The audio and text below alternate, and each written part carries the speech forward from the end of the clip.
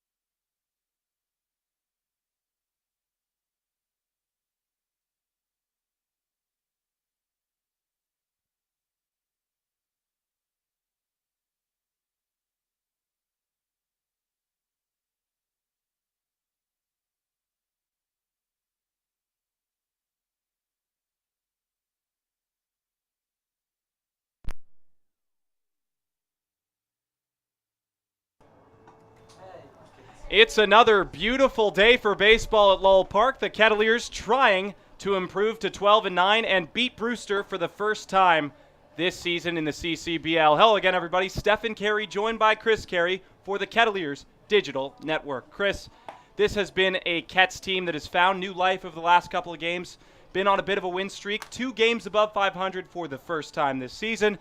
What have you seen from them in the last few games? Well, there's just a lot of first times, especially considering this team in the middle parts of the season. It really feels like the back end at this point. But it was 7-6 yesterday. Harrison Cohen was able to close it out after some late inning dramatics, and the Kettleers got a big win against an Eastern opponent, their third of the season in the Chatham Anglers. They've beaten them twice. But the team that's really had their number is the Brewster Whitecaps. First game they played, it was at Brewster, 2-0. They couldn't rally back after 2 runs were scored in the first after a Sean Goosenberg home run. And then, of course, 5-3 here at Lowell Park. We're back at Lowell again with the Kettleers trying to atone for their mistakes against Brewster in the first 2 games. 2-0 win at Stony Brook Field, and that was Justin Meiss's beginning of becoming one of the top-of-the-line starters for the Kettleers. Now, of course, he was drafted by the Pittsburgh Pirates, came to terms with them just yesterday, so congratulations for him. But we'll break down the defense for the Kettleers. It's going to be from left to right, Eldridge Figueroa in left, Jace Grady in center, Alex Sayre, new addition in right field.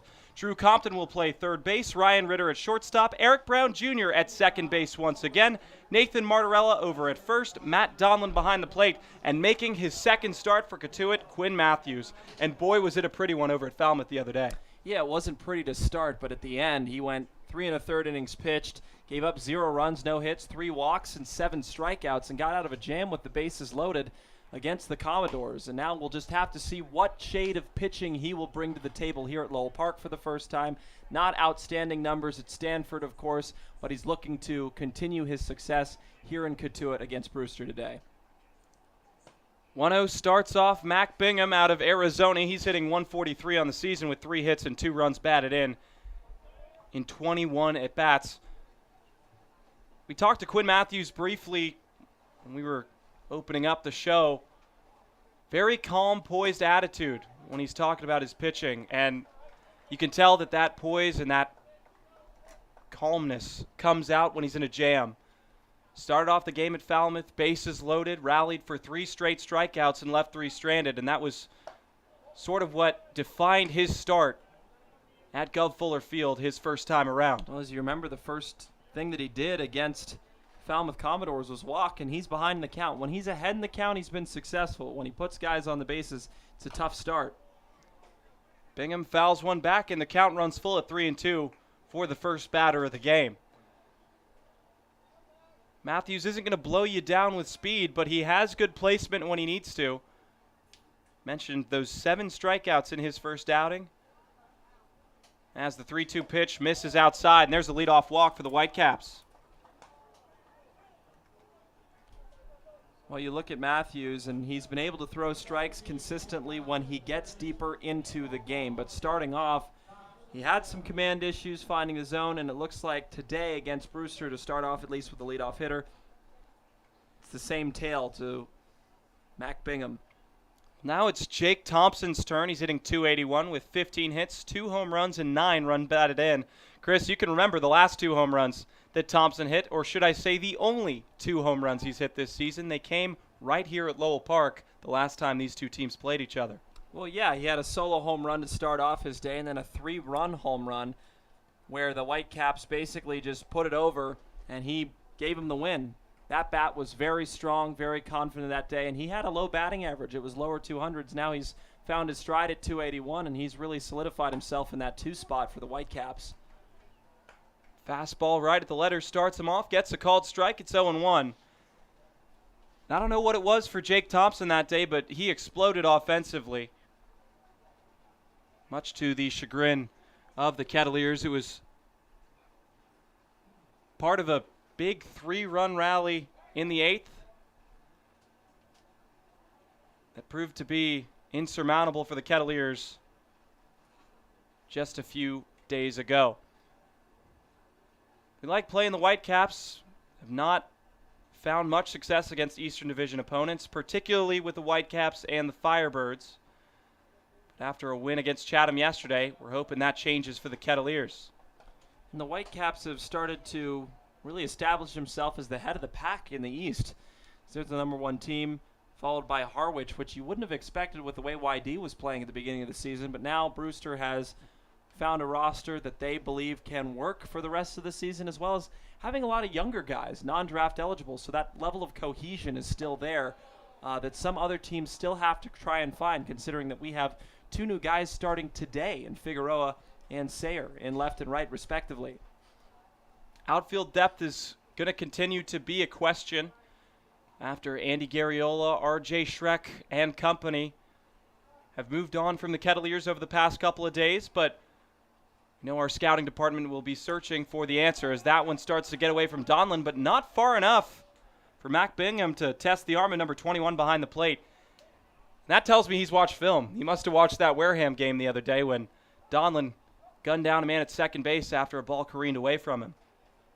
And there's not many catchers in this league that you wouldn't run on there, especially your speedy center fielder, but he knows that Matt Donlan is able to sling that ball accurately in positions where he has to contort his body, and there it just didn't get away enough for Bingham to take advantage of second base. Would have been an entirely different situation for Jake Thompson now with a green light situation at 3-1, I think. Matthews thus far has struggled to find the zone. He's going to have to bear down and throw a strike here with 3 balls and 1 strike. Does just that, gets him to swing and miss.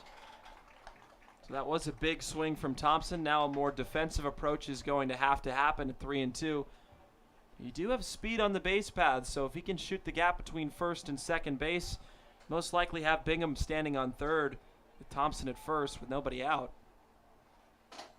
Another full count situation. Let's see if Matthews can get him here. Runner going. Line drive right at the third baseman, Compton, and he'll double him off. First test for Drew Compton over at third base in a Kettleers uniform, and it comes at a good time. Well, the hit and run was almost worked to perfection, but Compton had him played, shaded over a few steps to the left side of the infield. Line drive just stuck his glove up, and at that point, Bingham had already made it to second base, and he wasn't getting back. Compton doubles him up with a throw over to Martarella. That's why it's so key during hit and run signs that you get the ball on the ground. As a pretty changeup starts off Lanzilli, it's 0-1.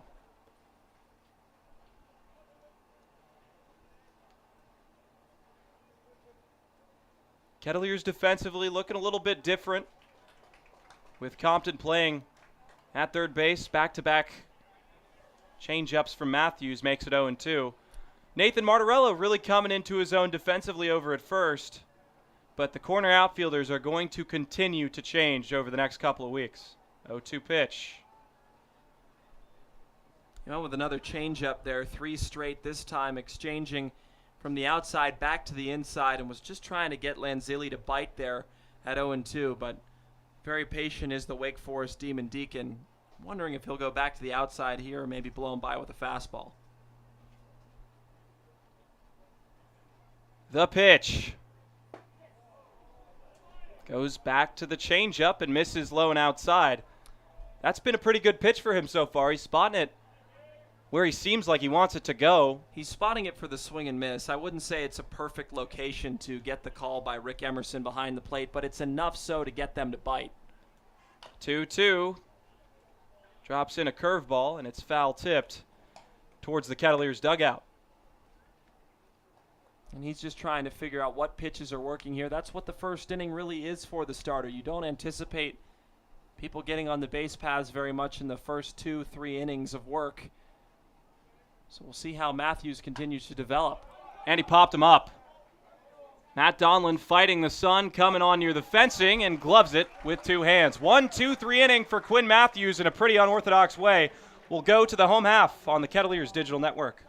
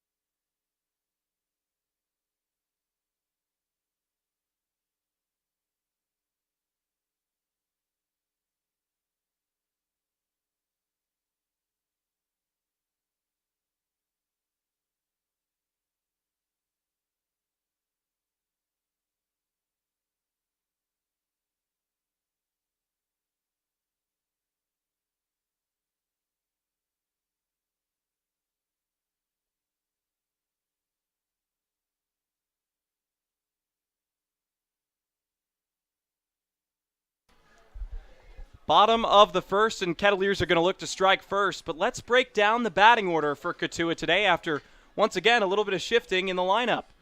Leading off and playing second base, Eric Brown. Batting second and playing center field, Jace Grady. Drew Compton will bat third and play third base. Luke Gold will clean up and be the DH man for this afternoon. Nathan Martarella will bat fifth and play first. Alex Sayre, new addition to the team, will play right field and bat sixth. Eldridge Figueroa will play the other corner outfield spot and bat seventh. Ryan Ritter will play shortstop and bat eighth. And rounding out the order, Matt Donlin once again at catcher. Chris, Figueroa, Sayre, new guys on this team. What do you know about them that Cotuit fans want to hear about? Well, Eldridge Figueroa, first and foremost, is not an everyday left fielder. He's a typical second baseman, middle infield type, standing only at 5'8". So if a ball's out there in a situation where he could make an outfield assist, I'm not putting words in his mouth, but considering Brett Roberts there yesterday, he wasn't able to get as much juice on the throw as you would have had Andy Garriola and company. You've got Brett Roberts now sitting on the bench waiting to possibly be a pinch hitter later in the game. But Figueroa, I don't expect to be the same thing. And then Sayre also has pitched a little bit at Wright State, but hit very, very well. They're a .383 hitter with 8 home runs and 40 RBIs. So they're looking for his bat as well. And then Drew Compton moving over to third base. They want to figure out who's going to be the everyday guy over there. And the Georgia Tech product gets his first shot. Well, the first pitch comes into Eric Brown, and it misses downstairs. Hunter Pattison is the starter for Brewster today, the man out of the University of Central Florida, close to where we grew up, Chris. 1-0. High fly ball, lifted out towards left field, but not far enough. Looked good off the bat, and Castillo will make the play for the first out of the inning. Boy, does Eric Brown have some pop off that bat, because getting a read when he hits that baseball is tough to do. Especially in the sun, because the ball disappears so high in the air. But yeah, got one inside. Got under it just a little bit, and it just stayed in the yard for Castillo. But you talk a little bit more about Hunter Pattison, the UCF now Knight, was the Golden Knights a few years ago, but 5.50 ERA, 3-2 with 57 hits given up, and 34 earned runs and 65 strikeouts. Now here, I believe it's his first starting role with the Brewster Whitecaps. He's appeared 6 times with a 6.51 ERA, 0 starts, 8 hits, 3 walks, 12 strikeouts, and just 9 2/3. So this guy has a new role for the Whitecaps against the Kettleers today, and we'll see how long he goes, if he's an opener, or if not. Maybe they have other options. Well, he'll have not just one, but 2 new teammates at UCF. Alex Freeland, who will be batting 9th for Brewster, is over there at UCF, as well as Connor Stain, who we faced the first time at Stony Brook Field, and he did excellent work in relief against the Kettleers, transferring from the University of Maryland. The 2-1 pitch to Grady. Fly ball, but lifted out of play. It's 2 balls and 2 strikes. Grady hitting .455 on the season with 5 hits, a home run, and 2 runs batted in, and only 11 at-bats. Out of a small sample size, that's about as good as you can ask for from number 4. And you talk about some of the guys that we've been able to see before that bat from both sides of the plate. He's really done well from both sides. Usually you see a more favored side. With Brooks Baldwin, we complimented him on his ability to hit the ball from the left side of the plate. Not better, but more consistently. And here, Jace Grady has been able to see the ball very well from the left side and the right side. Now, he has a little bit more power from the right side that we've seen, but he hasn't been a slouch from the left side of the batter's box either. 3-2 pitch. Chopped over to the third base side. Thompson will throw across. Bang, bang, play. What's the call? They got him. And Thompson waited back on that. That was just a high chopper. Waited for it to fall on his glove, set his feet, delivered a strike over to first and Simpson, and it wasn't exactly an accurate throw. He threw it to the left of him and kind of away, but good on Simpson to keep his toe on the bag to beat Grady out by about a half step. Ronaldo Cockrum had the best view of it. He's the first base umpire. Rick Emerson will be behind the plate. And Dan Henry, we mentioned, coming back to Lowell Park for the second time after having an injury in 2019. Good to see him back and calling baseball games in the CCBL. But we're talking about hot bats, and Drew Compton is one of them. Yesterday, 3 runs batted in. It was 2 runs batted in. 3. Okay, well, he had several hits as he swings and misses. had a pitch out of the zone, making it 1-1. He actually had 4 runs batted in. I know that there was an error, but he ended up driving those runs in. Had 3 consecutive singles in the 3rd, 5th, and 7th innings, as well as a run scored to go with that. And that's the start that the Kettleers wanted to get from him when he came from YD just a few short days ago. But that power is something that they need. They don't have super power hitters. Coach Roberts has said it himself in post-game interviews with Lauren Kirkley and Tim Crowley, is the power is what has been lacking. You do have Luke Gold. You do have Eric Brown, who can put it over the wall at times, but you don't have a consistent power threat. 1-2, clips the outside corner, and Compton didn't agree with that call one bit.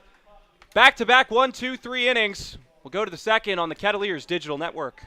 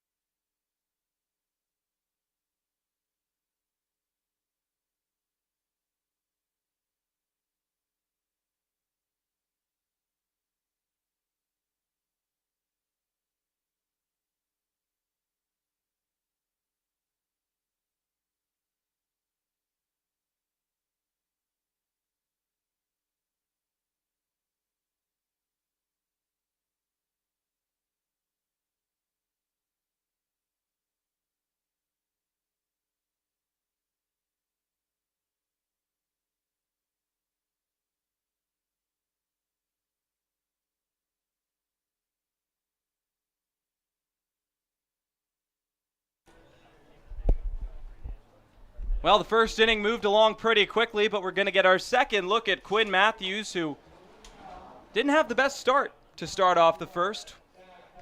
Walked Mac Bingham and got bailed out by a line drive right at Drew Compton that doubled off Bingham at first base. But now he's going to face the heart of the order with Chad Castillo, one of the recent pickups for the Brewster Whitecaps. And the name of the game for Quinn Matthews at this point is just finding the zone and commanding 2 pitches. You don't have to work on your out pitch too much. Seems to be that breaking ball, curve ball that sits around 72 as he goes with a nice changeup back in to buckle up Castillo there. But if you can use the fastball changeup combination there, that should be all you need, especially considering that we're anticipating he goes longer than 3 1/3, which he did at Falmouth. 1-1 fastball misses way outside. It's 2 balls and 1 strike. Castillo put up good numbers. So far this year, he's batting .750 with 3 hits and a run batted in only 4 at-bats. So that pitch brushes him off the plate.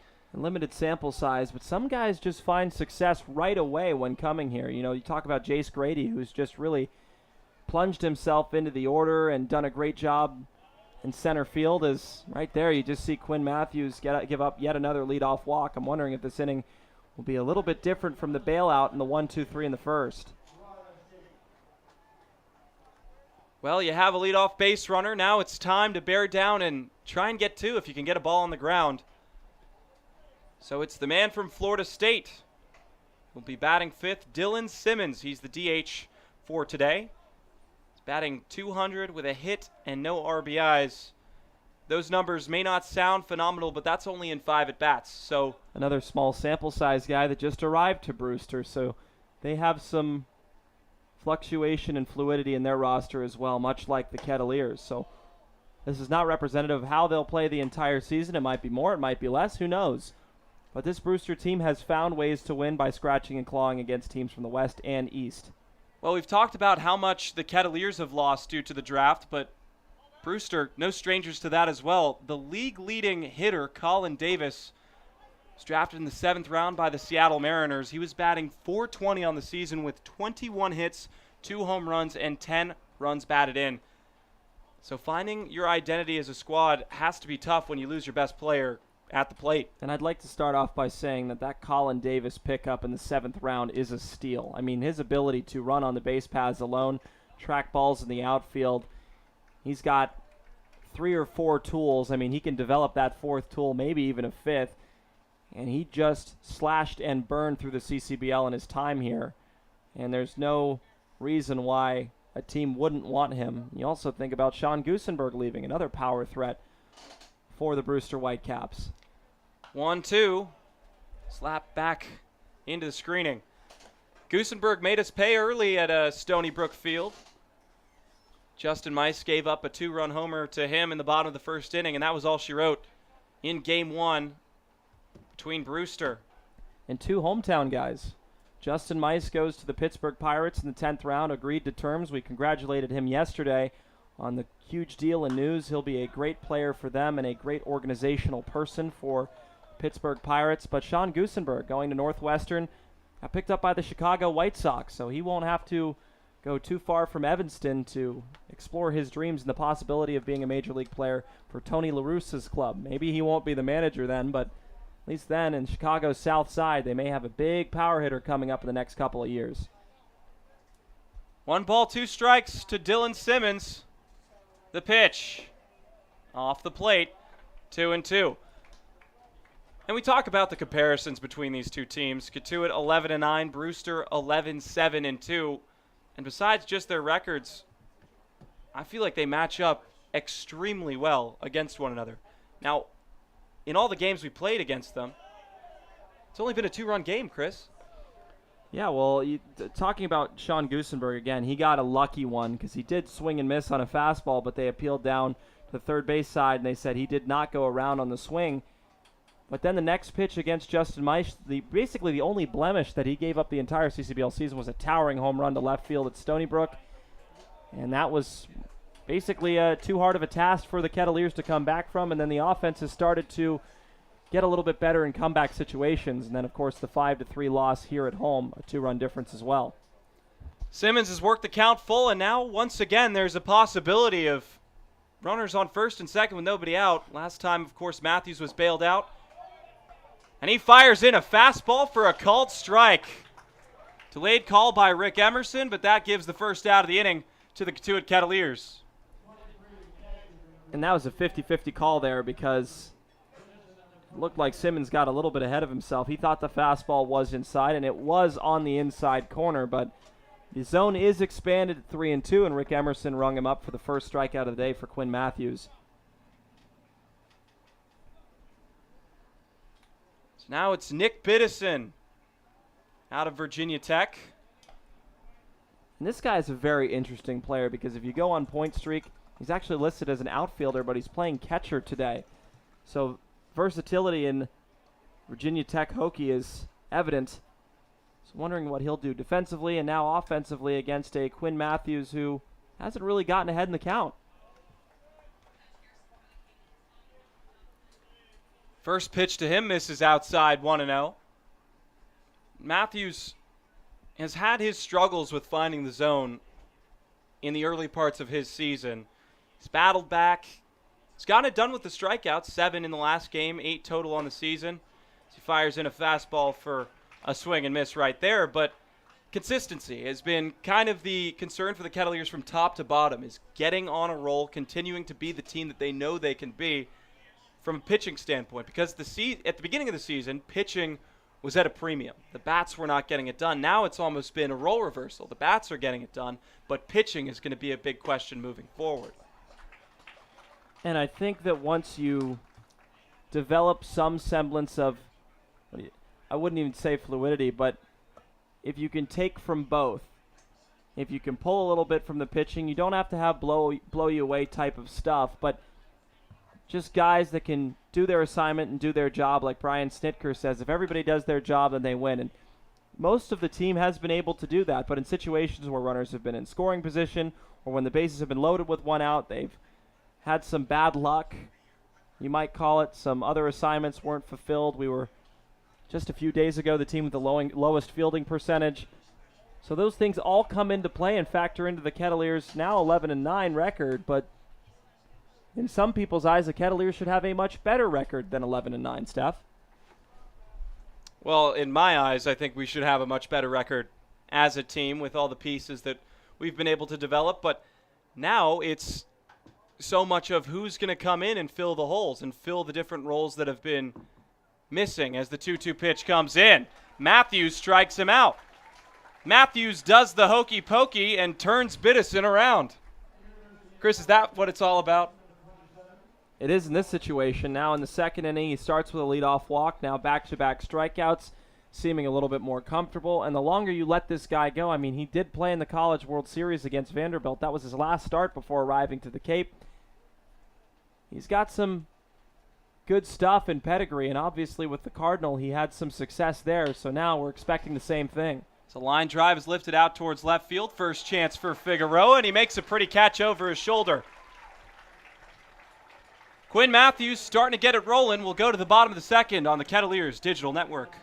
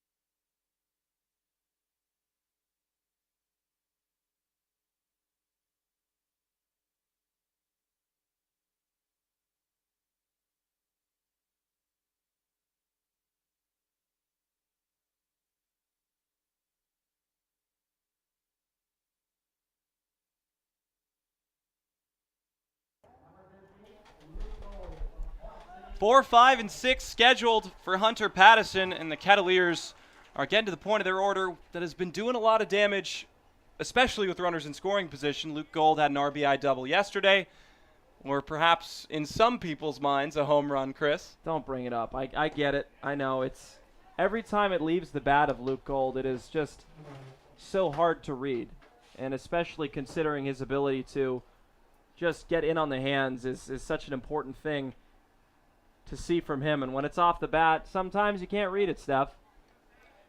Patterson really trying to work the inside corner of Gold, and pitchers beware when you put it at that spot. Luke Gold, one of those hitters that really likes to turn on the baseball and pull it out towards the bullpen, and he will do just that if you leave a pitch middle in. 1-1. Luke Gold skies one out to no man's land in right field. Coming on is Lanzilli, glasses gleaming, and he'll make the catch. And that's a pitch that Luke Gold gets under, is that breaking ball, leaves it up. The pop-up there, not an easy play for Lanzilli because the sun is out today. Over the last couple of games, it has been overcast. It's been easier to track and read the ball. But in this situation alone, Luke Gold just missed one. Nathan Martarella had an RBI ground out yesterday. One of the best situational hitters in all of the CCBL, in my opinion. And we've talked about it quite a bit. As he gets more at-bats, he's only going to continue to get better, whether it's in a designated hitting spot or getting to play some time over at first base defensively. He had a few mistakes early in the season over at the 3 spot, but since then, he's really started to find the glove. He's really gotten his hands to work with his mind and not make physical mistakes over at one of the most important positions on the field. And I think the one thing about him that I like the most is he's not a big strikeout guy. He'll put the ball in play, he'll move runners over, he'll do the X, Y, and Z and the thankless jobs that most people on the score sheet will overlook. But his ability to get the ball in play, and that's the one downside. There's a lot of ground outs to second base, and they played him there right, but he does put the bat to the ball pretty hard. Lots of pieces of solid contact. Really likes to drop the bat head and put it over to the right side of the field. Unfortunately for him, Freeland played it perfectly. So UCF pitcher gets California Berkeley to ground out to UCF second baseman. Now it's Alex Sayre's first turn in a Cotuit Kettleer uniform. First pitch starts him off, misses low and away 1-0.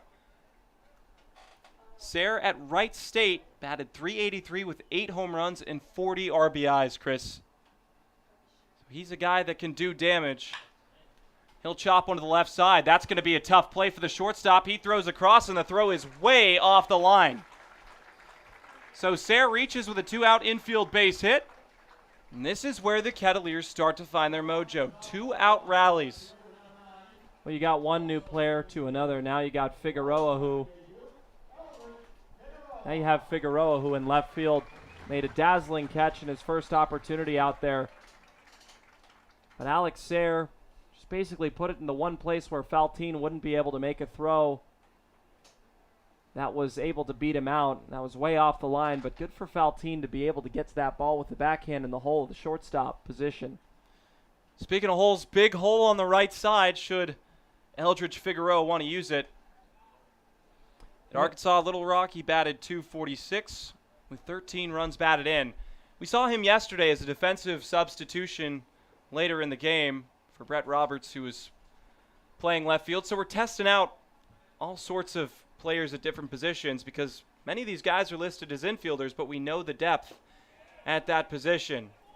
As Patterson places in a curveball in the inside corner, 0-1. And Coach Roberts' philosophy has always been new players that come in are going to be activated immediately, whether it's as a starting role or coming off the bench. New guys need to get acclimated with the situation, how the league is played, or else they may cool off and never heat up.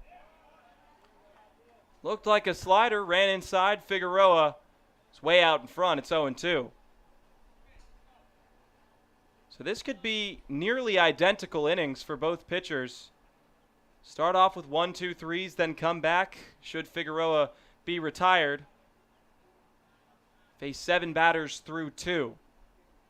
The 0-2 pitch. Swing and a miss, and that's exactly what happens.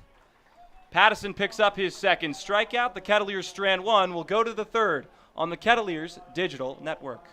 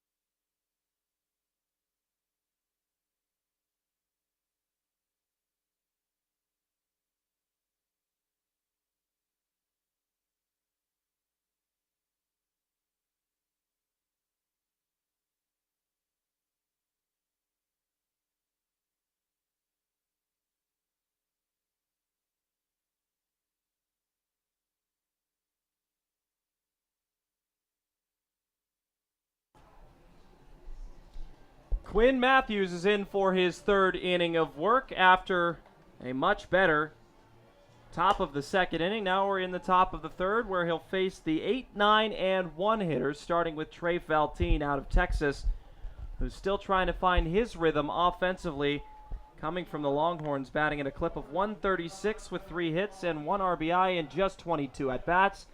Quinn Matthews looking to have a similar inning to the second versus the first, where he did get out of it, but just by the skin of his teeth. Would also like to start this inning without giving up a leadoff walk. Well, Faltine's really going to have to pick up the slack with Zach Neto being injured or hurt. I don't really know the status of his condition. I talked to some of the Brewster broadcasters, and they were playing Chatham just a few days ago. Neto was covering the second base bag, landed awkwardly, so he will not be in the lineup against his former team. That was one of the tougher middle infielders that the Kettleers have faced all season from a defensive standpoint. And it brings up a great question mark with where Zach Neto will be plugged in when he is reactivated because of what he was able to do with the bat. Now, Cotuit ultimately released him before the season started, but he has flourished with the Brewster Whitecaps, batting at .304 this season alone. And there's a lot of question marks in that middle infield. Faltine obviously batting .136. He can do it with the glove. The bat is still yet to be seen. It seems to be the everyday shortstop for the Whitecaps as he lines that one into right field. Coming on and diving to make the play is Sayre. That kept diving, and then Sayre followed suit to make the catch, sliding to his cleats to make it for the first out. I don't know if we've seen that good of a defensive play from a right fielder all season long. So good job by Sayre to make his presence known defensively in only his first game as a Cotuit Kettleer. And he already has a hit this game, Steph. An infield base hit, and it was to Trey Faltine, who almost nabbed him off of a dazzling play in the hole at shortstop. But now you've got another UCF player in Alex Freeland, who's batting .205 with 8 hits, make that 9. And 2 runs batted in as he gets there with 1 out going the other way. Yeah, that's the first hit of the evening for the Brewster Whitecaps. Pretty piece, sends it out to right field. What that tells me is these guys are waiting on pitches from the outside on Quinn Matthews. Doing a good job of getting their bat head extended, poking it out to right field, but poking it out might be a little bit, it might not be giving them enough credit because those were both line drives, hard hit baseballs. An opposite field contact is always good to watch. The next pitch is fouled away to the right side. It looks like everybody's trying to go to the opposite field, and why not, considering the gap where Martarella is covering Freeland at first. And then Eric Brown playing in his typical positioning, but still a big hole if you want to go the other way. But Mac Bingham walked in his first time up. And Eric Brown knows that he can cover close to the second base bag because of how much ground he can cover moving to his left. Here's a throw over to first. Martarella applies the tag, but sliding back in safely is Alex Freeland. And Eric Brown, even though he's an everyday shortstop, has commanded that second base spot for the Kettleers over the last couple of days. I would think that if he wasn't a shortstop or second baseman with the ground he covers, he could be a center fielder. Certainly could be. There's been a lot missing since Dylan Beavers left out in right field from the bat perspective, defensively in particular. But there's plenty of movement. I think that right now center field is Grady's spot to lose. But right field, one of the equally important positions in the outfield.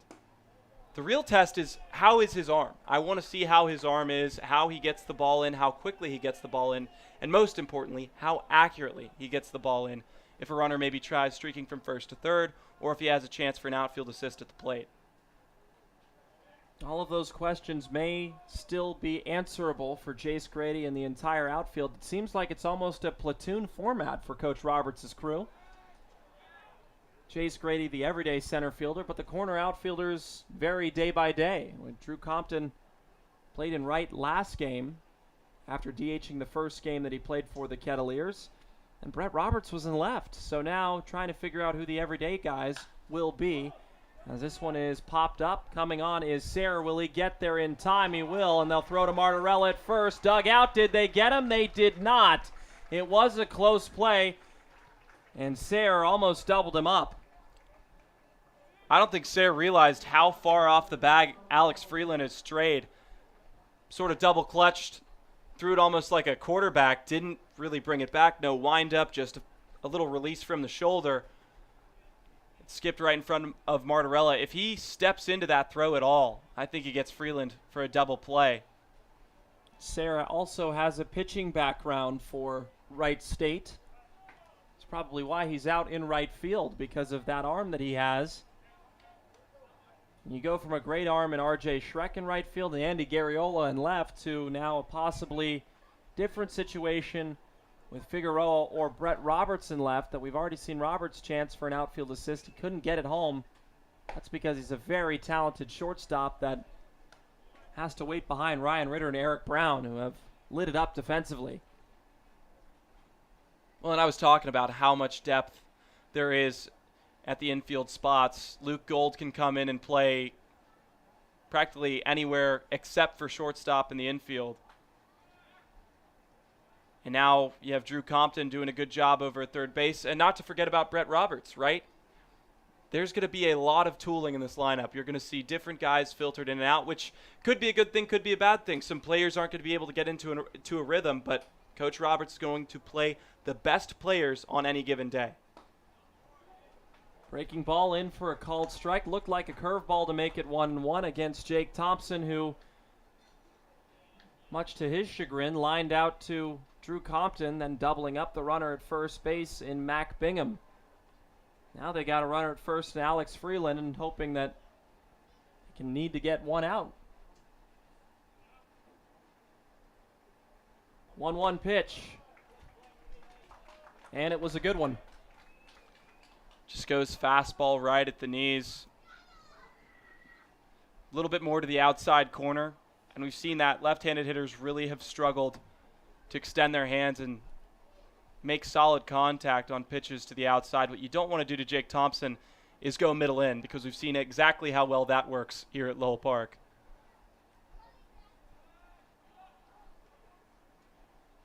Last time Cotuit and Brewster played, Brewster had 7 hits on 12 strikeouts. Did score 5 runs. Cotuit's only had 4 hits with 7 strikeouts. So looking to have more than that. As the runner goes, the throw down from Donlin is way off the line. That's going to get into center field. Freeland's going to advance to third base. Score that, a throwing error for Donlin, who went from his knees to try and make that play, and Ritter couldn't glove it. Mark that down for the second straight game with a throwing error by Matt Donlin. Had one in the 5th inning when Caden Trinkle advanced to third base. He later scored for Chatham, but you don't want to continue to let those mistakes pile up, because now it's a completely different pressure scenario for Matthews. Now 2-2 to Thompson. He lays off. Count runs full at 3-2 in another situation where the hitters have worked against Quinn Matthews. Possibly could draw a walk. It would be Matthews' 3rd of his outing. Well, and then you bring up the 3rd hitter in the order. What you don't want to do is turn it over to the cleanup hitter if that becomes a scenario. Thompson fouls that one away back towards the parking lot. And that hops over the trees. No cars hit this time. No cars were injured in the making of that foul ball, as Matt Mahoney would say. Hope Matt's doing well in Lawrenceville or on vacation. Voice of the Georgia Gwinnett College Grizzlies, where we get to work, or I guess I would say, our regular season jobs. 3-2 pitch in the dirt, and Thompson draws a walk, extending for the right-handed hitting Chris Lanzilli. The 3rd walk of the day for Quinn Matthews, and now runners on the corners with 2 outs.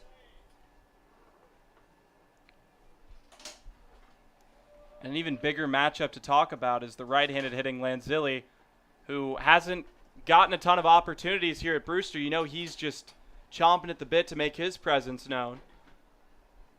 So batter has the advantage. Runners on the corners, 2 outs. Matthews has been in jams much worse than this before. We talked about the Falmouth game, but still not ideal. Now they got Jake Thompson caught. Donlin's not going to make a throw. That was interesting. It went off the changeup. Lanzilli didn't bite on the pitch, and Jake Thompson was halfway between first and second, and the ball was in Matt Donlin's glove, and he just let him run to second base. That was just bizarre from our perspective. What that tells me is Matt Donlin's not trusting his arm on the throw down to second base, and he knew that Brewster was trying to run a little play there. Usually what happens is you have the runner attempt to steal second base, and then the man at third comes home. That's a lot of trust in the speed of Alex Freeland over at third, but Instead, Donlin pump fakes the throw to second.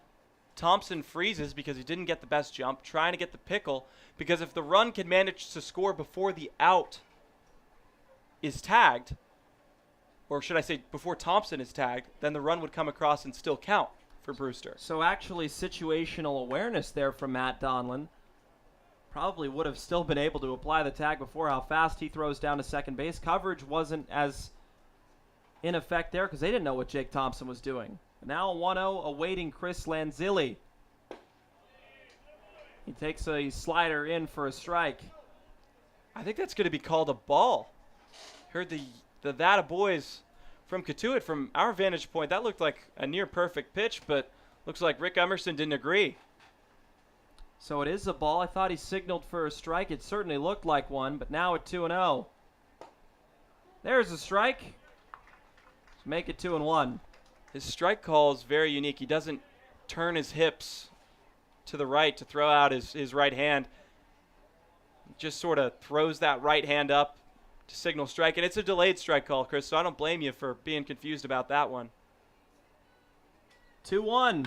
Lanzilli back up the middle. That's going to sneak past the glove of Brown. One's going to come in. Thompson's going to come around third. And it's 2-0 Brewster. Well, I said it. Lanzilli wanted a chance to make his impact known. He does just that. Pretty piece of hitting right up the middle. And even with the defense starting to shade a little bit towards the left side of the infield, perfect placement, hard hit ball, scores 2 easily. So another situation where the Kettleers are going to have to battle back from a deficit. Bringing up Chad Castillo with 2 outs, and Matthews is just looking to get out of it as Castillo softly lines that one into center field. Jace Grady came on to make the catch. And there's your 3rd out, but 2 runs come in to score for Brewster, the infamous number 2. We head to the bottom of the 3rd, up next.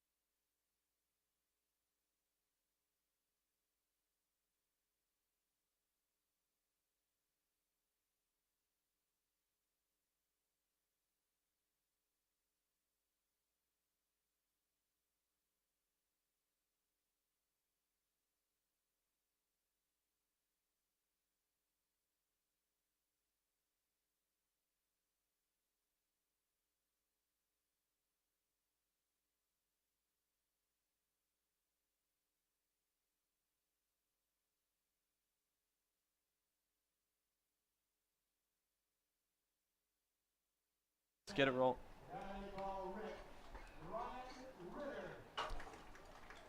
Well, Pattison now has 2 runs to play with after a 2-run top of the 3rd inning for the Brewster Whitecaps, and he'll have to deal with Ryan Ritter first for the first time in his CCBL career. Ritter batting .256. Well, there was an awkward release there from Pattison. .256 with 10 hits, a home run, and 3 runs batted in. And you heard me right as the broadcast opened. Chris turned the mics on a little early. I said, let's get it rolling. That's exactly what the Bats need to do, starting with Ryan Ritter. He's been seeing the ball really well lately, now facing a 2-run deficit. I mean, we might have to get it tattooed in this booth or maybe on our bodies.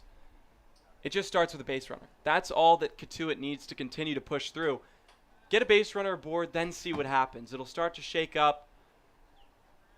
but don't let Patterson just be comfortable out there throwing strikes.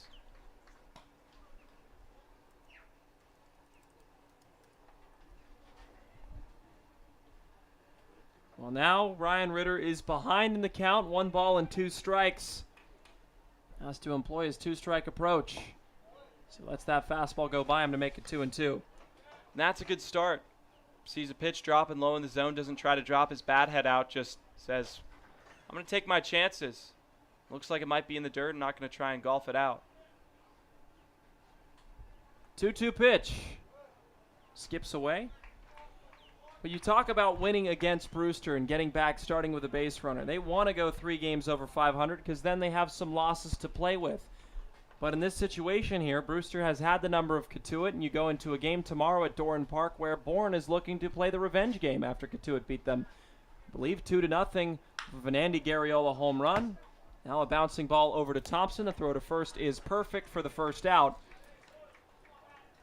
But you have Bourne at Doran Park tomorrow, weather permitting, and then you go back to Brewster to play the Whitecaps, who have been successful at home, on the road, basically everywhere.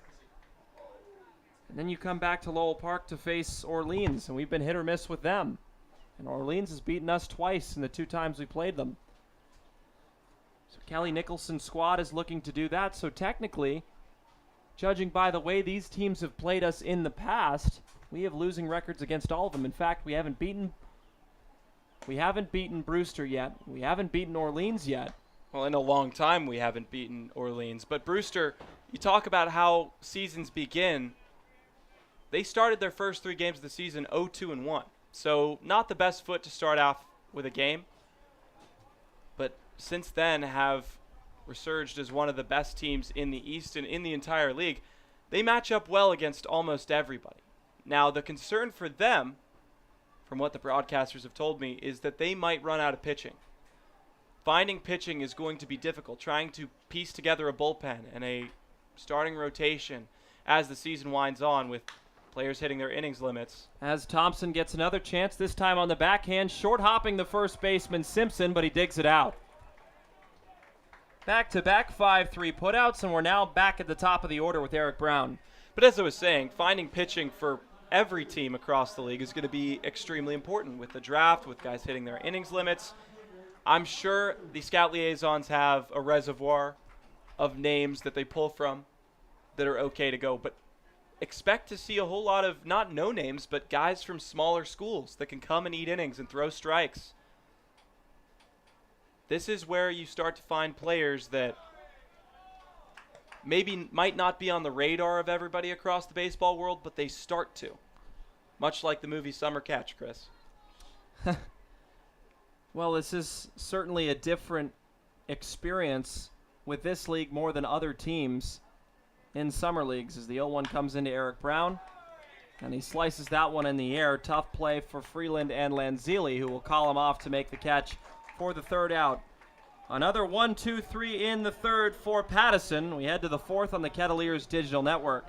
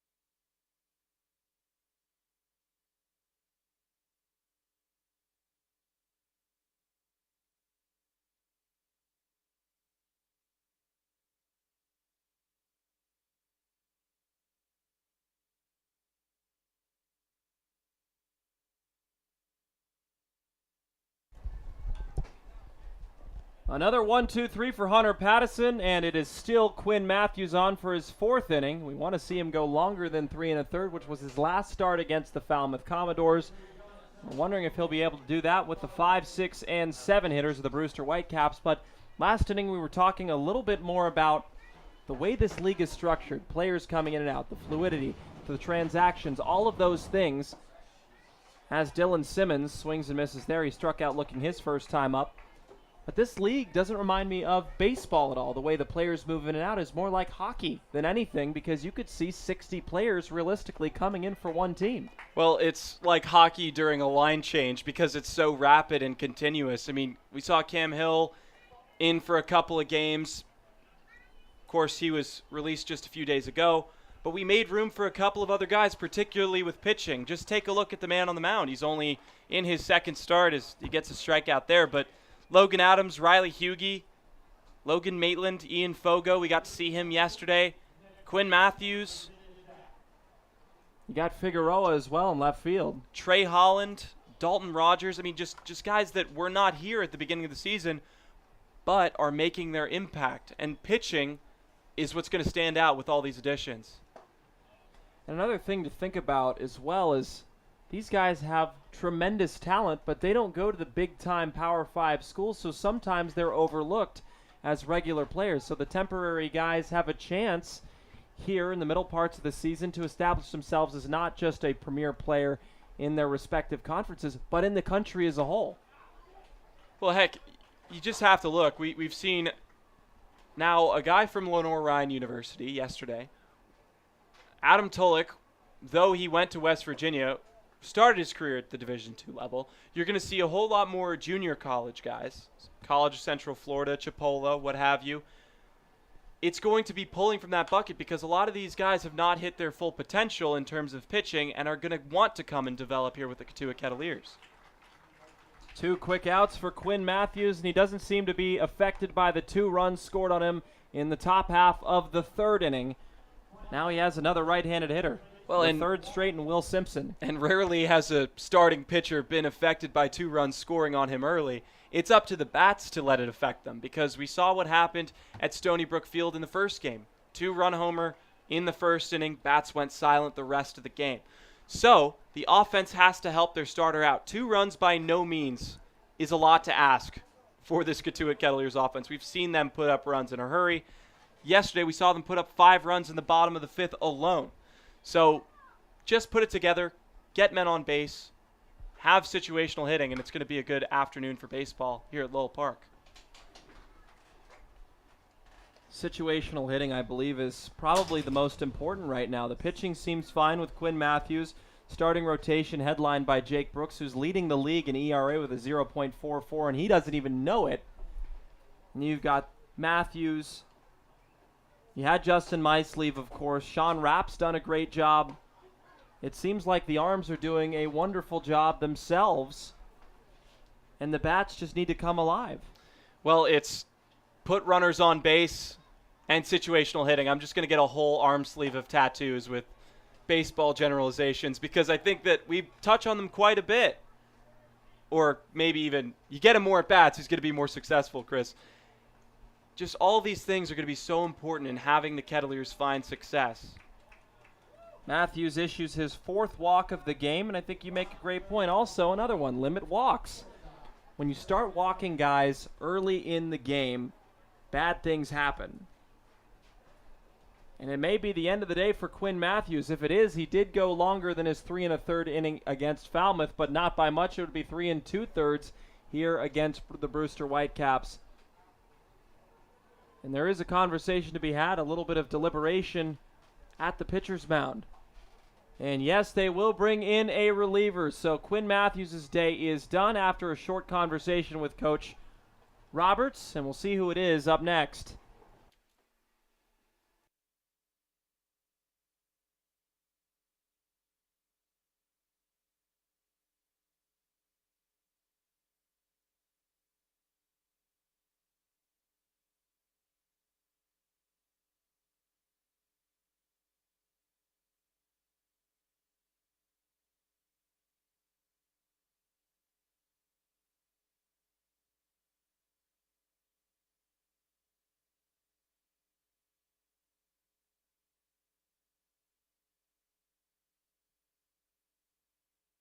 Welcome back to Lowell Park. Last night after the win against Chatham, I had the opportunity to talk to Cotuit manager Mike Roberts about the 7 new guys he's added to the roster in the past week. If you take a look at this outfield, you'll see 3 new faces in Kettleer uniforms. Starting in left field, Eldridge Figueroa, at center, Jace Grady, and in right field, Alec Sayre. When I asked him about how he slid these guys into key roles, his response?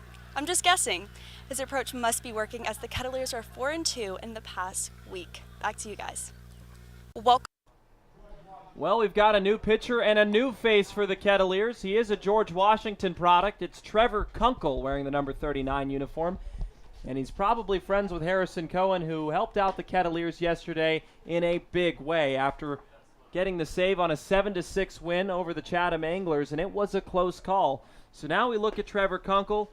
6 feet tall, right-hander, 200 pounds, out of Cincinnati, Ohio. An older guy. He's a senior. And wondering if he can do the same things that Harrison Cohen has done so well for the Kettleers, and that's strike batters out and draw soft contact. Well, and Cohen, another excellent outing. He ate up 3 2/3 innings, but it got a little dicey in the top of the 9th inning. 2 runs coming across under his watch. Brought it within 1, and then, of course, that line drive at Eric Brown, which looked close from our perspective, but Eric assured us that he made that catch. If Kunkel can come in and pitch anything like his George Washington counterpart in relief, I think it's going to be a good day over the next couple of innings for the Kettleers. Well, all he needs to do here is get 1 more out, and then the final line for Matthews would be set. It'd be 3 2/3 with 2 hits, 2 runs, 4 walks, and 3 strikeouts, but he does have that runner at first in Will Simpson after issuing his 4th walk of the game. Not a bad start for Quinn Matthews, but 2 runs did come in to score against him, and the Kettleers offense will have to answer for that or not. And they would get their first double-digit loss of the season to make it 11-10. Well, as a starting pitcher, you want to go as long as possible. 3 2/3 innings isn't the best day at the office for you in terms of going the distance. You want to be able to go 5 or 6. You want the game to be in your hands. That's the type of competitor that Quinn Matthews is. But we're starting to reload with pitching for the Kettleers, especially left-handers. Notice that. Really whittling it down to just Jake Brooks in the rotation as a right-handed pitcher. 2 straight front door sliders to Trey Faltine, who lined out to right off of a nifty play by Sayre. Had to slide feet first to make the catch. Now at 0-2 will fire over to Martarella to keep Simpson at first. But Kunkel, 2 pitches, 2 strikes. Let's find a third here. The 0-2 pitch goes with the slider again. This one just too far inside for Faltine. 1 ball and 2 strikes.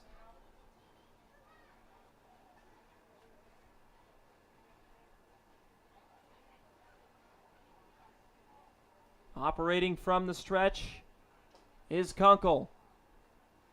Now the pitch.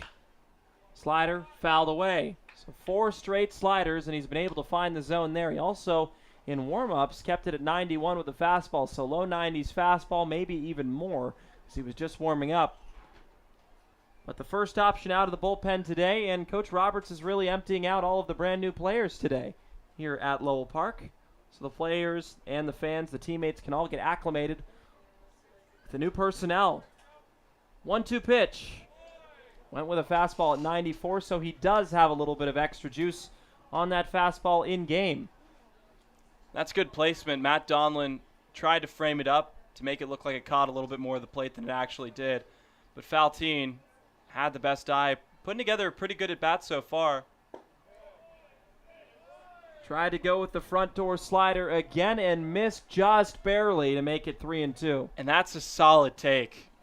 I mean, that is the pitch that rung up Drew Compton in the bottom of the first inning. That low inside breaking ball right at the knees, questionably maybe a little bit lower. Faltine fouled it off earlier in this AB, but now he's worked the count full. Payoff pitch in the dirt, gets all the way to the backstop, and we may have Simpson advance to third base. So after getting the first 2 strikes, Kunkel can't get him to swing and miss. Now you got 2 runners aboard with 2 outs. And Freeland coming up. He already has a single in this game. Well, we talk about it, 2-out rallies, usually the Kettleers mojo, and that's their game. But in this game, it's been all Brewster. Third inning had 2 outs after a couple of line drives. Then Chris Lanzilli comes in and has a 2 RBI base hit up the middle. Well, now you have the disadvantage of the righty-lefty matchup, but bearing down and throwing a changeup to the outside corner is Kunkel. Get it 0-1. Now, I think Coach Roberts probably anticipated Kunkel getting out of the inning with Valtine. Now a different approach will have to be employed from number 39 to keep the runners at bay with Simpson at second. Well, the key here is just throw strikes, right? Trust your defense behind you. We've seen how good Sayre's been out in right field. Figueroa, the only one that hasn't had a ton of tests out and left, but when it's been hit towards him, he's done a good job. Infield solid. If you can get the ball on the ground, you're out of the inning more than likely. 1-1. Fouled off of the leg of Freeland, and you could hear him yell it out from here. That did not feel good. But getting back ahead is Kunkel, and now he just has to finish him off here in the fourth with 2 outs.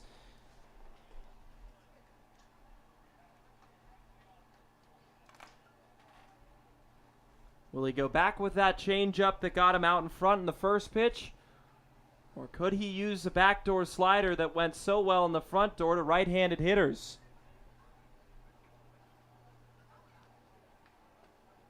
We'll just have to see it 1-2 with 2 runners aboard. The pitch. Instead, he goes with the changeup blocked by Donlin. Well, he had a waste pitch there at 1-2, and that was a good one to throw. Breaking ball in the dirt, you could pretty much do minimal damage with a pitch like that if you can even make contact with it. So he knew that. He knew that Freeland more than likely wasn't going to swing at it, but if he did, then that's the best possible scenario. Runners can advance with 2 outs. That would have been a strikeout if he could have gotten Alex Freeland swing and miss. 2-2. Change up. Donlin blocks it again to make the count full. So in as many batters, Kunkel has gotten ahead in the count with 2 strikes. Now this was 1 ball and 2 strikes. And 2 consecutive balls make it 3-2 with 2 outs. I don't necessarily agree with that changeup call because now you pretty much have to throw a fastball or that backdoor slider. So Freeland's going to be sitting on those pitches. Both guys on the go. It won't matter. Back-to-back walks for Kunkel, and it'll bring up the top of the order with 2 outs.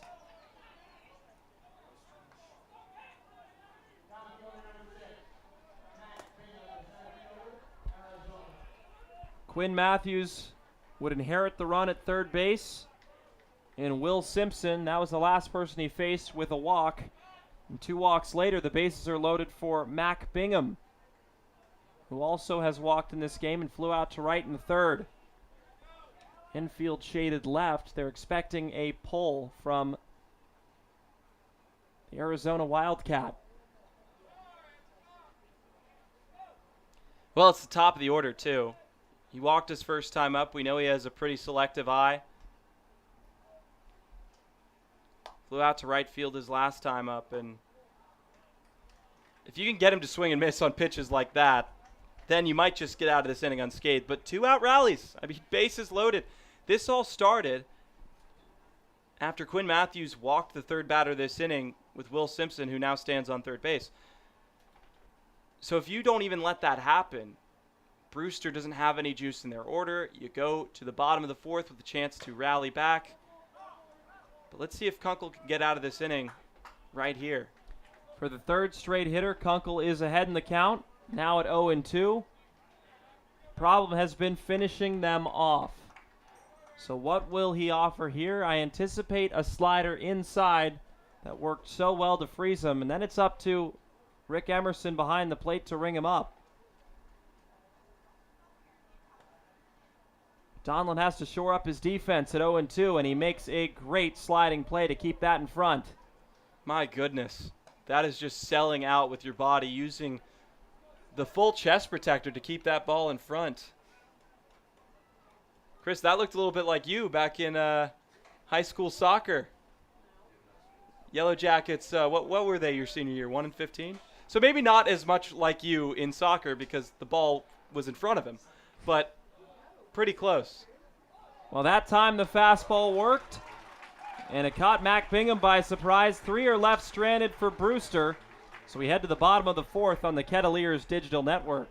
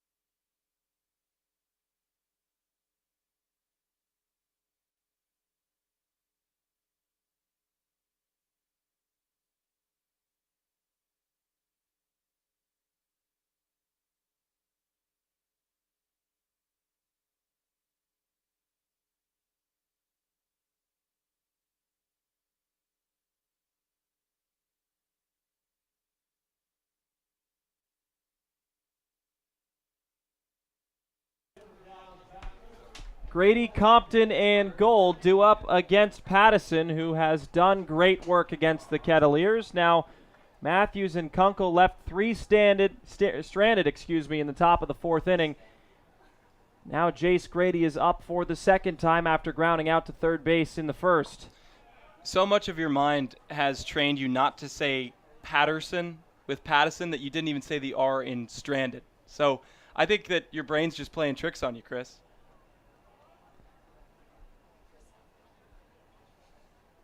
Well, it's an 0-1 count for Jace Grady. Had to pause there to contemplate that. Probably did miss the R in Pattison, and the stranded. So I heard a little bit from the background of our great Owen Zides, Jack Roberts, Lauren Kirkley as well, saying, "What about me?" Yes, I do have a headset on, but I can hear you. And then one of our favorites. She summers here, Emma Barnes. Yeah, I didn't understand that terminology when I first got up here, but I guess that's big. Very, very highbrow. I summer here in Cotuit. It's Falmouth, right? She's in enemy territory is what we're hearing. So, yeah, but we have such an excellent crew here at Cotuit. They've really put up with a lot of problems. As Grady gets it off the end, and Castillo makes the catch. But with all of our technical difficulties, it's good to have a nice stream. Like we said, teamwork makes the stream work, right?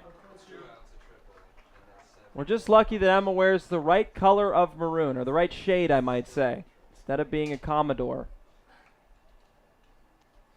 Well, she wears the wrong color red during the school year.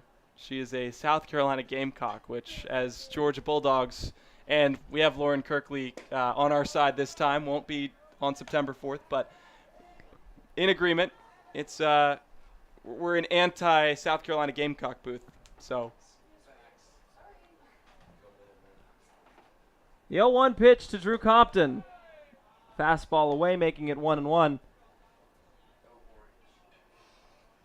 The only place that the South Carolina Gamecocks summer is in the practice facility when they go 4-9 every year.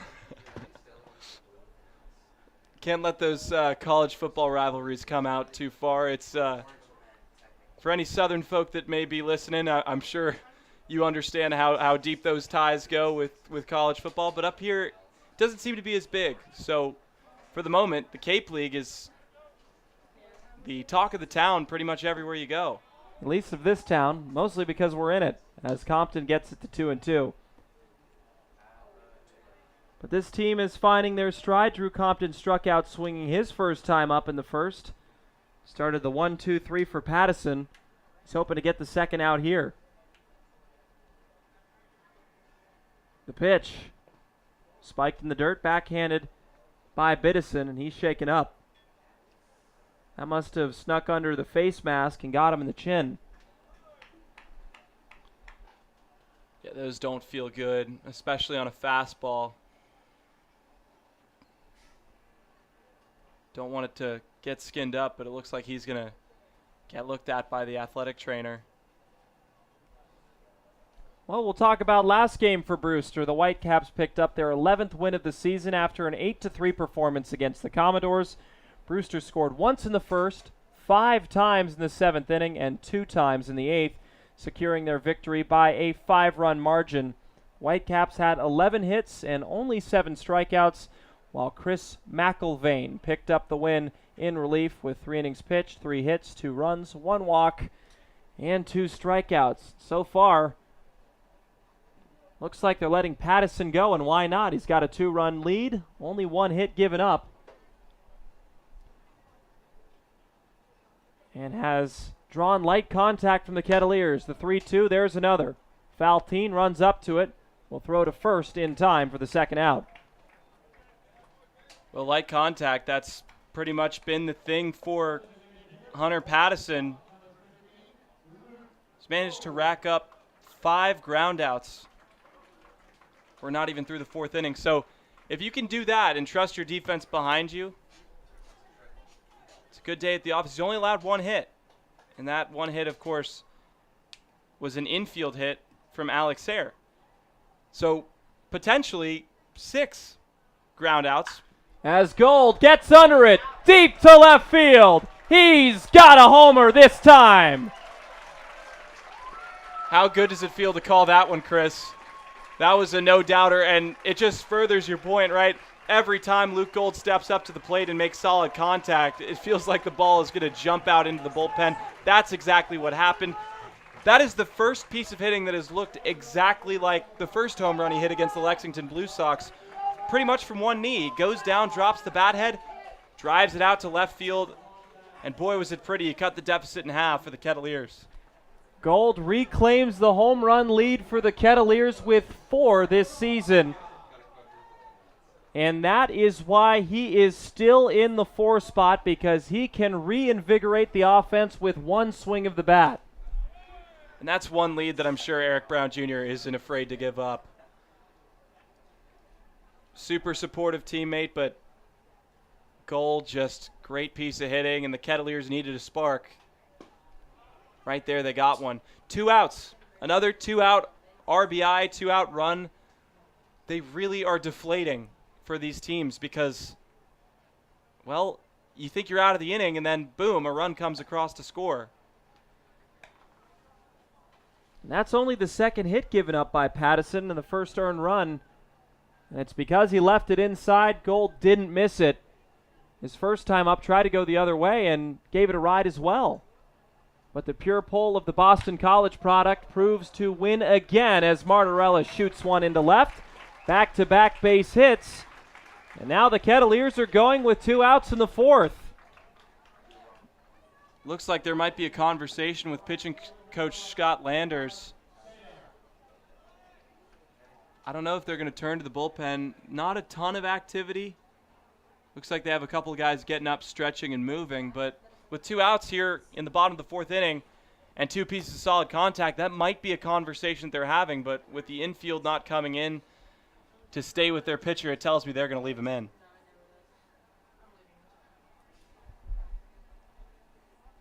I would think the way that Pattison has pitched through the first 3 2/3 of an inning, has been representative of who he is. He gave one up to Luke Gold, then Martarella went the other way with 2 strikes. And now the guy that comes up has a hit already in this game after an infield single. Trey Faltine tried to make something out of nothing in the hole of shortstop. You have to pay attention to the lefty-righty matchup now, because an extra base hit scores Martarella, ties the game. If not more, Sayre gets under it. We know he had 8 home runs at Wright State.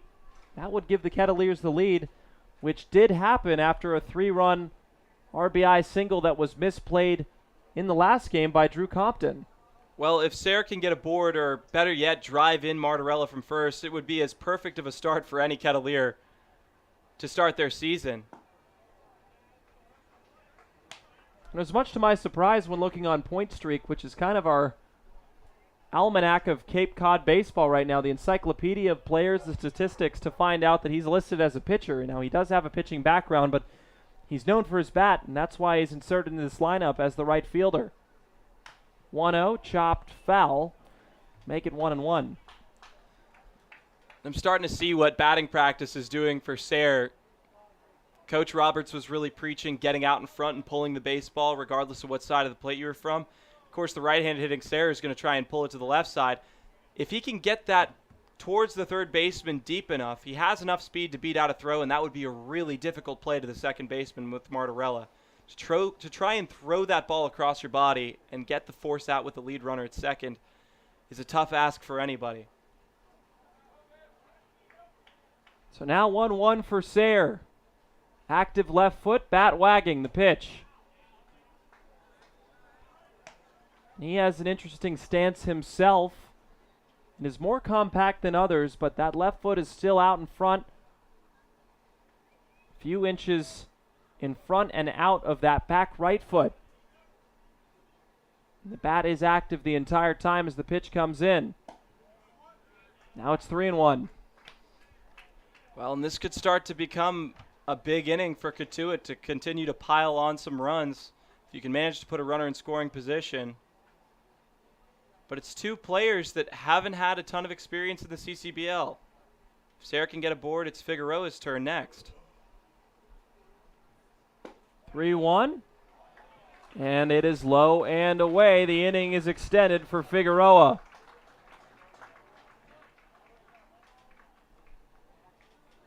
And now there is some action in the bullpen.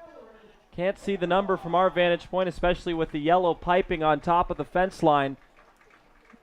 So at least for now, Pattison will try to make it out of the 4th inning with 1 run against him off of a solo Luke Gold monster home run to make it 2-1. Well, the big inning for the Kettleers yesterday was the bottom of the 5th. Bottom of the 4th could potentially be the same if Figueroa can manage to plate at least one of these runners. As he gets him out in front, that's what he did last time against Figueroa. It was a short at-bat for him as he kept biting on the slider and the curveball combination that Pattison offered him. Figueroa just looks a little overeager out there. He wants to drive in these runs. He wants to get out in front and make solid contact, but he's getting a little too out in front, and Pattison knows that. He's going to throw off-speed pitches. Light little dribbler. Coming on is Thompson with the bare hand. The throw is off the line, and we'll see how they score that. That's going to be a hit, no question about it. You can already see it on the scoreboard, 4th hit of the game. Now the bases are loaded. Get a light bit of contact. Ryan Ritter, certainly no stranger to these situations.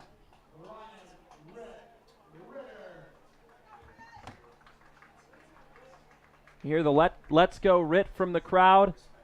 And a perfect situation to give the Kettleers the lead or tie it up with a base hit. And this has been Pattison's most uncomfortable inning against the Kettleers thus far. But he gets Ritter to swing and miss there off of a pretty slider buried in the dirt, but kept in front by Bitterson. Well, the Kettleers still have a bad taste in their mouth after yesterday. Not once, but twice did they have the bases loaded and strand all of the runners. That came in the 1st inning and in the 7th. Next pitch to Ritter, fouled away, and now in the driver's seat is Pattison. if he can get one more strike against the Kentucky shortstop. And interestingly enough, the same thing happened for Brewster last inning. Bases loaded. Kunkel comes in, walks 2 to load them up, then gets a strikeout looking on Mac Bingham. So I'm sure that Pattison wants to try and get Ritter here. Real question is how he's going to do it. 0-2 just barely fouled away into the netting. Ritter's trying to stay alive. Wanted to go the other way considering the big gap between Simpson and Freeland at first and second.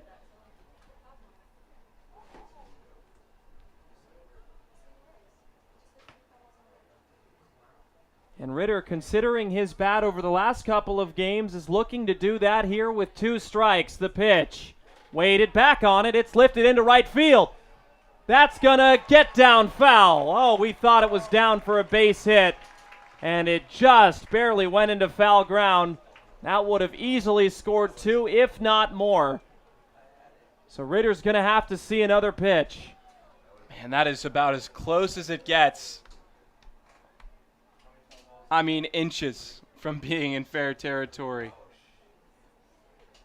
Ronaldo Cockrum had the best view of it down the line. Fortunately, just a millisecond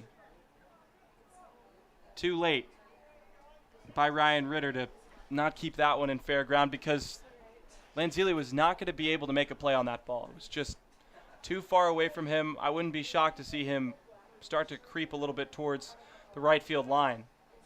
You don't want to put too much in the dirt considering Bitterson behind the plate and the runners in scoring position. If anything gets away, that's a tie ball game. So the 0-2 comes in. Fastball low makes it 1-2.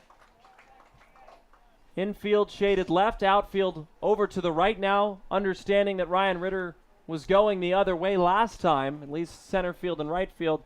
Castillo playing more towards left center field. So if Ritter could get around and pull it down the line, it could be 2, maybe 3 bases for him to clear it all the way. The 1-2. And a good take there from Ritter. An extremely good take. I mean, that is a pitch that he had to have seen breaking too far inside, maybe a little bit upstairs, because from our viewpoint, that looked like a strike, and I'm sure in on the hands, tantalizing. But he gets a strike, he gets a ball back and works the count to 2-2. All 2s, the pitch. Round to the left side, Faltine with a backhand. One play over at first, and he'll get it. The Kettleers leave 3 stranded once more, but they get one back with Luke Gold's solo home run. We head to the 5th inning up next.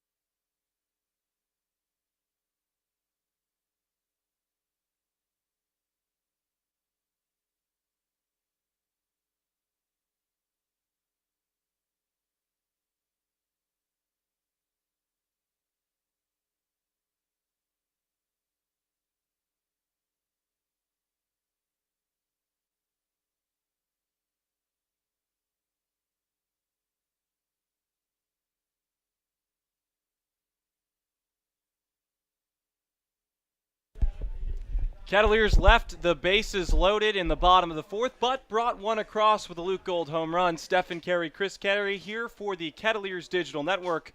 Your score 2-1. We're going to see the second inning of work out of Trevor Kunkel, the man out of George Washington University. First man he's going to face is Jake Thompson, who with one swing of the bat, Chris, could make this a 2-run ball game yet again. And now he's got a righty to go against. I mean, so far, he's had a line out to third base that ended up in a double play and then walked and scored the second run of the game for the Whitecaps. Close games like this, you always want to reference the standings. We'll start with the West. Bourne in first place, the 15-2-3 record. Cotuit standing in second with an 11-9 record. Wareham in third with a 7-10-4 record. You have to think that's because of head-to-heads against Falmouth, as that one's chopped up the middle. Kunkel got a glove on it. Ryan Ritter double clutches and makes the throw over to first. Pretty play by number 10 coming over the middle. Throws a strike to Martarella. That play looked broken at the beginning, but good adjustment by Ritter. That's a 1-6-3 putout, Steph.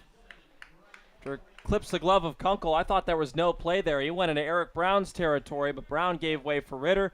Had an awkward throw to first base, but somehow beat the speedy Thompson out. And that's why he's over there every single day, is his ability to have that range.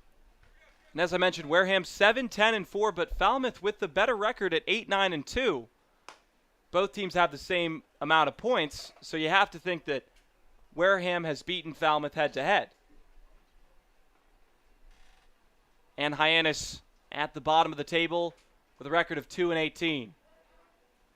As Lanzilli shows bunt but fouls it back, it's 0-2. Now in the East, Brewster at the top of the table with an 11-7-2 record. Harwich 10-7-3. YD, who Cotuit has one of their 3 Eastern Division wins against. And a big win against them, especially at Red Wilson Field. It's hard to win there. At 9-8-4, Orleans sitting at 500 at 8-8-3, and Chatham 8-11-3 after dropping a game here at Lowell Park last night. So Cotuit's standing alone in second place, and right now it feels like it's Bourne's division to lose. As the 0-2 pitch comes in. Tries the front door slider, it dropped too low. 1 ball and 2 strikes. Yeah, it definitely feels more like Bourne has a commanding grip on the West, and in the East it is far more competitive. Not saying that, it's Bourne through Falmouth, really, that has had some success. Fly ball skied out to right center field. Sayre will make the play, and 2 are down here in the top of the 5th inning. But as we were saying, Bourne has 15 wins, and they're not showing any sign of slowing, especially considering all the new guys that they've brought in. And then that second spot, it's up for Cotuit, Wareham, and Falmouth. Hyannis has a lot of work to do if they want to come back in the CCBL. But they've had some decent performances over the last couple of games. They scored 12 runs yesterday. As Chad Castillo will bounce one over to Eric Brown. Took a weird hop. He makes the play and throws over to first. 1-2-3 inning for Trevor Kunkel. Will go to the bottom of the 5th on the Kettleers Radio Network.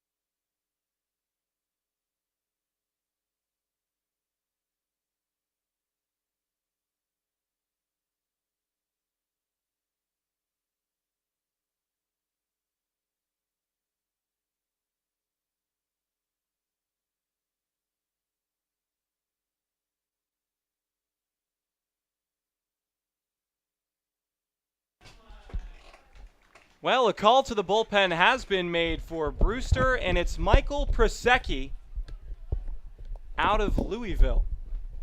He'll come in and be the second southpaw for Brewster.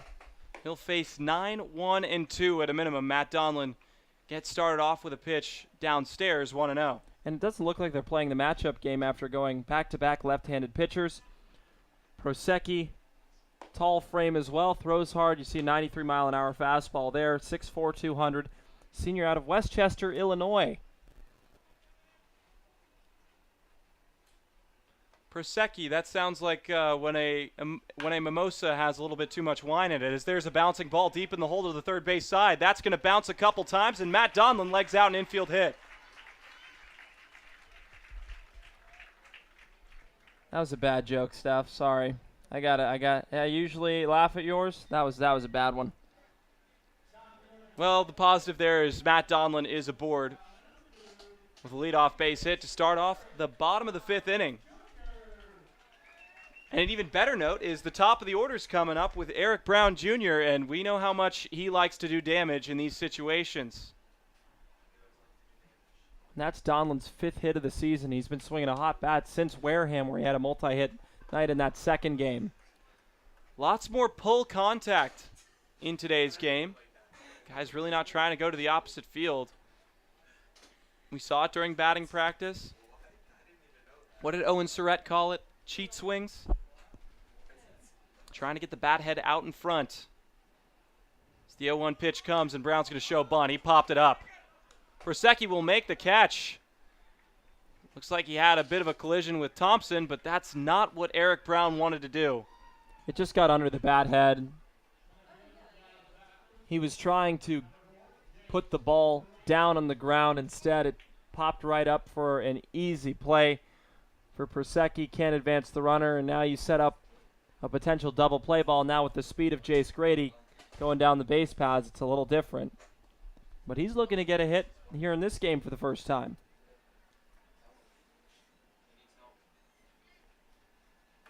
That's something we haven't said a lot of, Jace Grady not being aboard since he has come to Cotuit.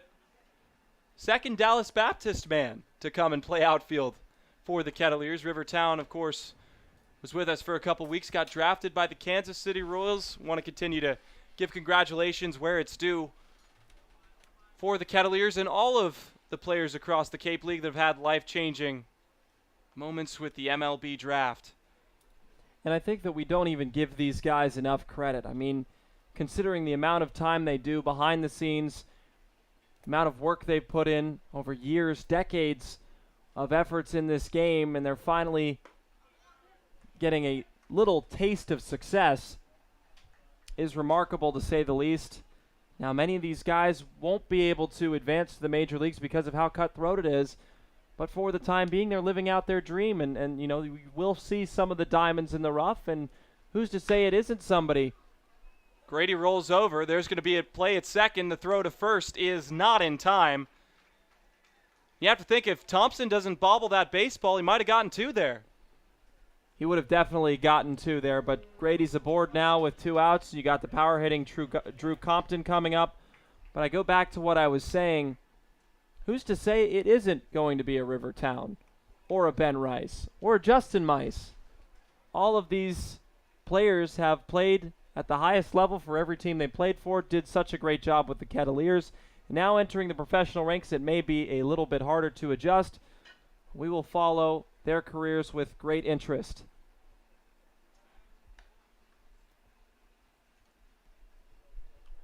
Now, I think I have to call you on what you just said there. We'll follow their careers with great interest. Did you just pull out a Star Wars reference? Yep, I did. You thought I wouldn't catch you, but I did. We moonlight as nerds when we are not broadcasting, as there's a light ground ball over to the third base side. Barehanded throw is in time over to first base. Pretty play by Thompson, and the Kettleers strand another. Score still 2-1. We'll go to the 6th.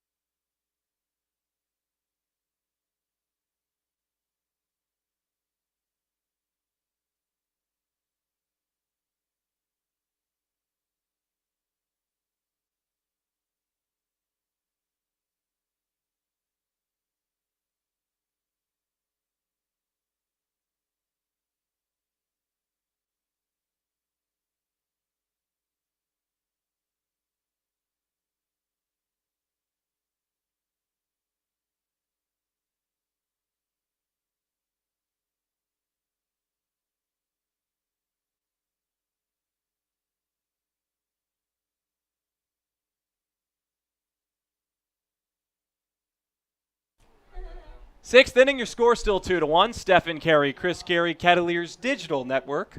But we're happy to be here calling all of the games from Lowell Park when we're on the digital network, and then when we're on the road, the radio network, which has been a blessing as well.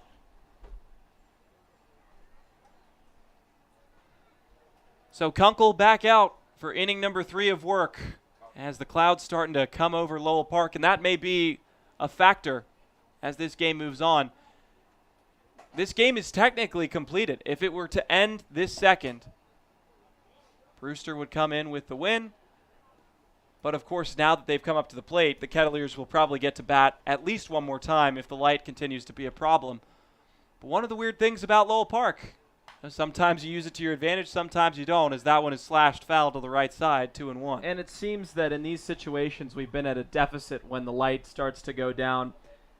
But we're battling for that number 12 win on the season. Both teams have 11 wins. Both are in situations where they want to continue to improve. We're trying to chase down Bourne, who has 15 wins already in this season. And Brewster has a lead right now, not commanding. It's only 1-run difference, but the bats need to start coming alive as the light continues to fall. The bats need to light up Lowell Park, to say the least. 2-1, 92-mile-an-hour fastball on the inside corner. That is his second strikeout of the evening. And Kunkel has looked really good. In spite of his first 2 walks, he has had smooth sailing the rest of the way. Strikeout, ground out, fly out, ground out, and then now another strikeout looking. As this one's bounced over to the left side, Compton makes a good scoop. He'll throw across for the second out of the inning. Drew Compton looking comfortable over at the hot corner. He's played all over the place. Started as a DH, had that breakout game in right field where he had 3 hits, 4 RBIs, and there plays at the lip of the grass, moves over a few steps to his left, and then a very soft throw over to Martarella, but it did the trick to beat out Bitterson. Kettleers on the verge of back-to-back 1-2-3 innings. The man that could either make that happen or spoil it is Will Simpson, who walked his last time up. 1-0. Tried the 94-mile-an-hour fastball, and he has some break to that fastball. Looks like it moves a little bit like a slider towards the outside if it's a right-handed hitter. But the 2-0 pitch is coming in. Takes a little off. Gets the call. It's 2-1. And that's a late action fastball. It moves away from the hitter very well. Almost like a slider at 90. But now Simpson has a hitter's count at 3-1. Kunkel trying to get out of this inning. Because if the Whitecaps can't hit, they can't score. He gets one back. Looks like Simpson swung at ball 4.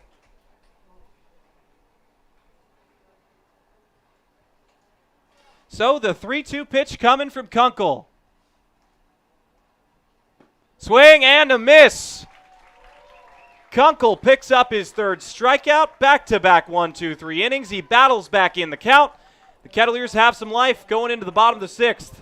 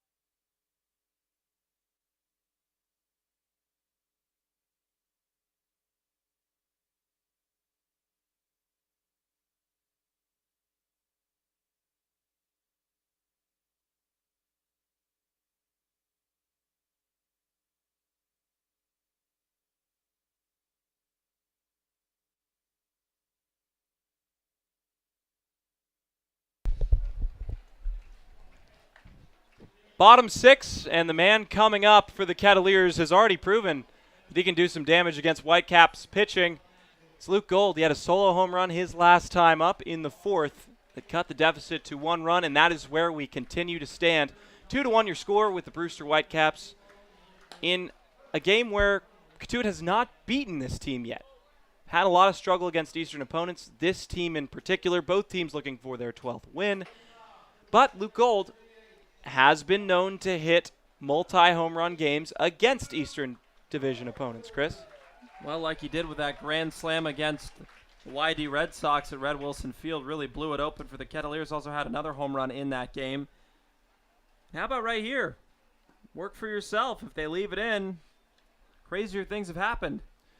Middle in, dropped a little bit low.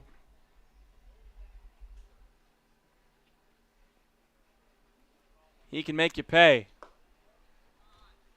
This time tries to use the outside corner but misses.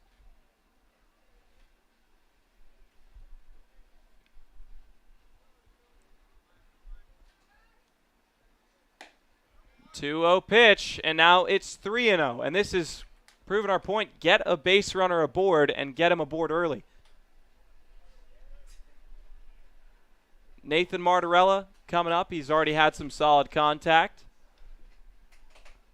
But with the 3-0 count, you have to think Luke Gold is going to take here.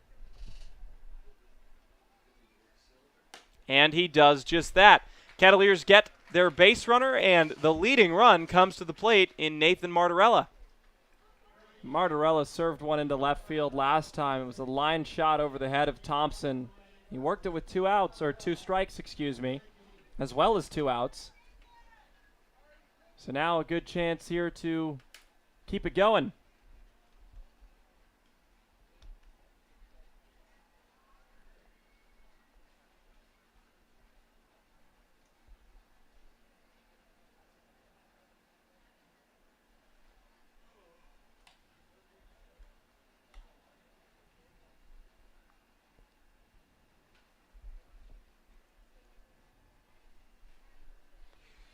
Martarella has a runner on first with nobody out.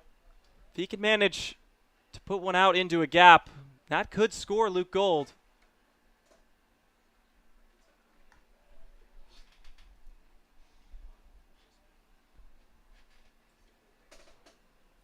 But for the moment, seems like Prusecki is worried about Gold at first base.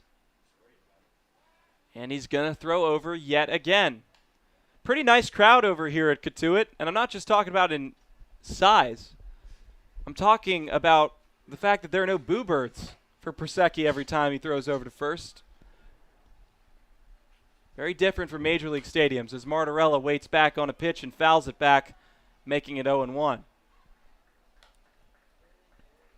The crowd has been strong again here at Lowell Park. We say it every time. We have the best fans in the CCBL. They come out to everything, even road games. And that's why we like the road games so much, is we get the instant feedback from the fans and from other people. When we tell a bad joke, they'll still laugh. They'll support us. And Martarella lays down a pretty bunt. There's only one play at first base. He does his job, and the Kettleers have a runner in scoring position with only 1 out in the 6th. You turn it over to Alex Sayre, who's reached base twice off of a base hit and a walk. Like we said, you know, this whole Kettleers fan base has been so wonderful, so forthcoming, so supportive of everything that we've done. It is truly a blessing to be able to call games for this team in particular and in this league. There's nothing like it.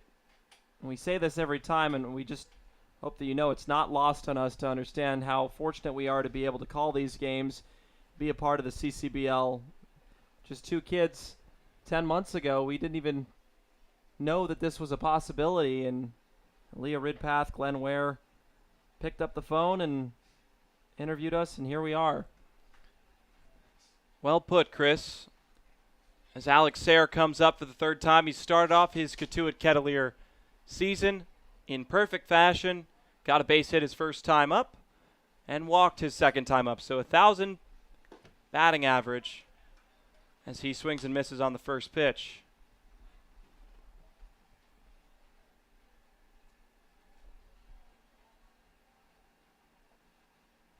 Sayre's a pretty interesting name phonetically when you spell it.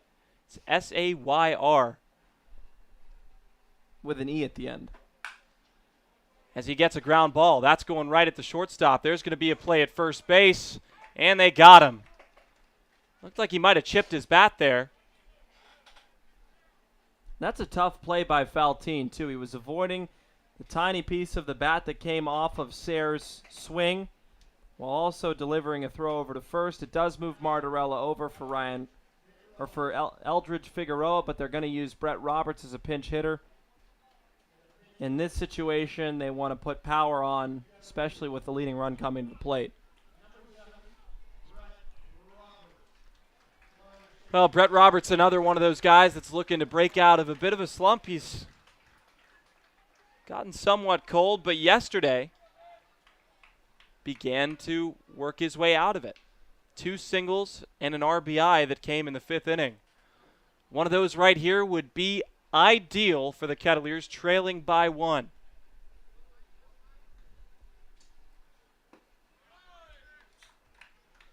And there's your first pitch swing every time, Steph. He likes, if it's over the middle, he's going to swing at that. He believes the first pitch is the best pitch. Now pitches 2 and 3 may show a little different shades. 0-1, Roberts fouls it back, no balls and 2 strikes. But I understand the rationale behind that, right? If you take the first pitch and it's thrown in for a strike, you only really have 2 more strikes to work with. If you swing at the first pitch, well, higher percentage of the time, you might get a base hit, you might get a board. So here comes the 0-2. Once again, Roberts fouls it to the right side. So he's on it, but now he's got to work from behind.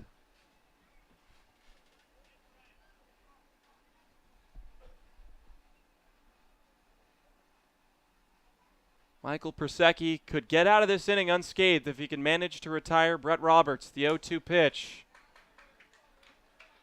Left a breaking ball that never broke. Stayed upstairs, 1-2.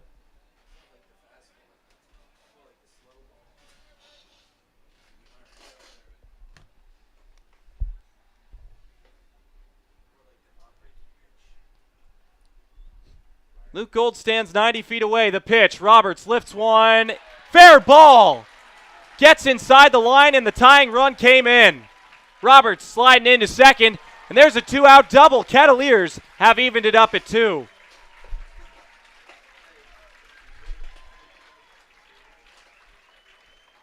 Well, that's why you plug in Brett Roberts. We talked at the beginning of this broadcast about him being a potential option as a pinch hitter. You can't leave him out of the lineup, especially in that situation. Yesterday, Roberts had an RBI down the line. He's been late on pitches, but it's worked for him. It went past the outstretched glove of Mendham and scored a run as well. So now you tie up the game, you pass the baton to Ryan Ritter, and a potential base hit gives you the lead. Well, here's something we never thought we'd say at the beginning of the season. Kettleers in back-to-back games have mounted comebacks. So still managing to work here with Ryan Ritter as that one drops low in the dirt, 1-0. Another thing to keep in mind, 2-2 score. Lights starting to fade a little bit here at Lowell Park. Kettleers are one of 2 teams in the CCBL that have yet to tie a baseball game. The only other, Hyannis, but for completely different reasons. 1-0. Fastball lights up the outside corner, 1-1. Ritter once again has a sour taste in his mouth after grounding out to the third baseman with the bases loaded, and that was a tough play to be made by Thompson. 1-1. Half swing. Ritter went down to an E. It's 1-2. That was a big cut, too. He was going for the fences there.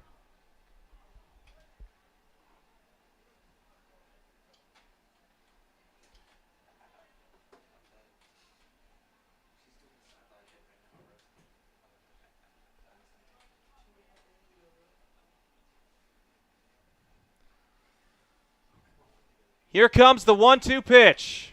Check swing, appeal over to first. Ronaldo Cockrum says he went around. Kettleers tie it up in the 6th. We'll go to the 7th inning on the Kettleers Digital Network.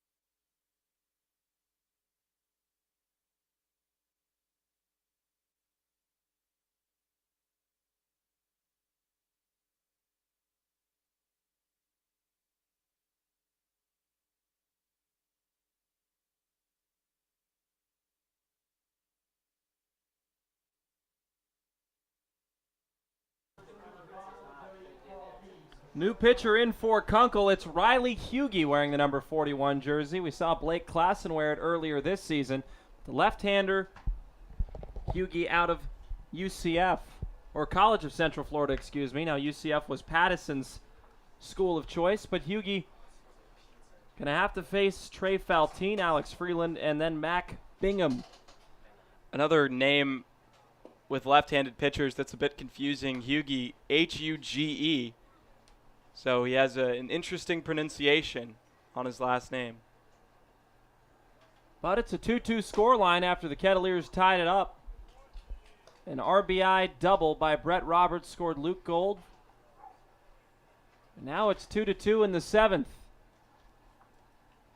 Hughey, 6'4", 230 pounds, out of Chardon, Ohio. And you mentioned Roberts' RBI. He's going to take over in left field for Eldridge Figueroa.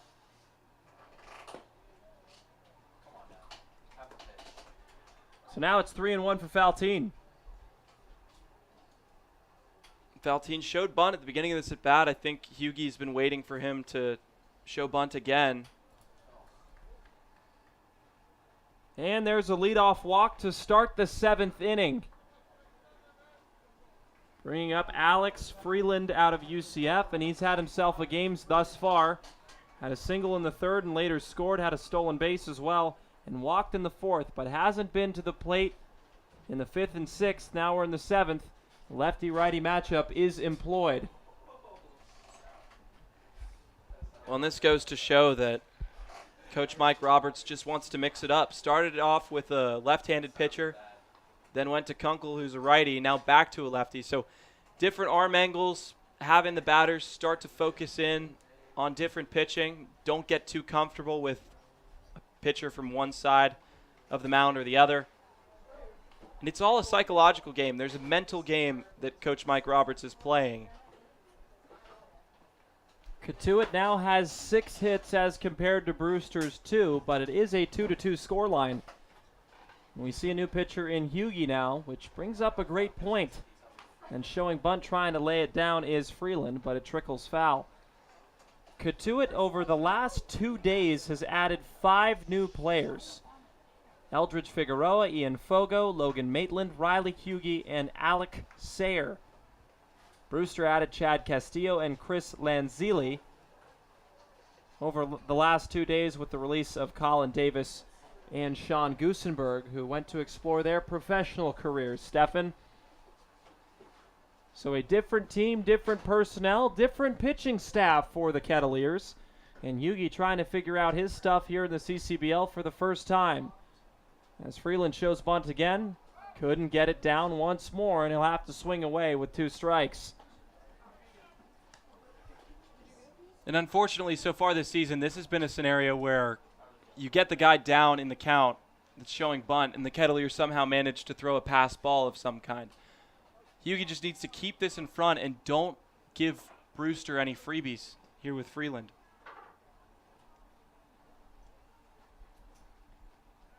Hughey will step off with nobody out, and this is where the Kettleers have struggled, is when you give up a leadoff runner in the inning in a situation where it's close. Whitecaps have made him pay. And Hughey hits him there off the breaking ball. What did I tell you? Unforced errors have continued to plague the Kettleers in these situations. You have a guy down, no balls and 2 strikes, runners on first and second, now with nobody out. You have the chance to once again give up the tie. Well, the outing was short for Hughey. Coach Roberts points to the bullpen, and he's going to get a new relief pitcher here in the 7th. He wants to keep it a 2-2 scoreline. We'll see who it is up next.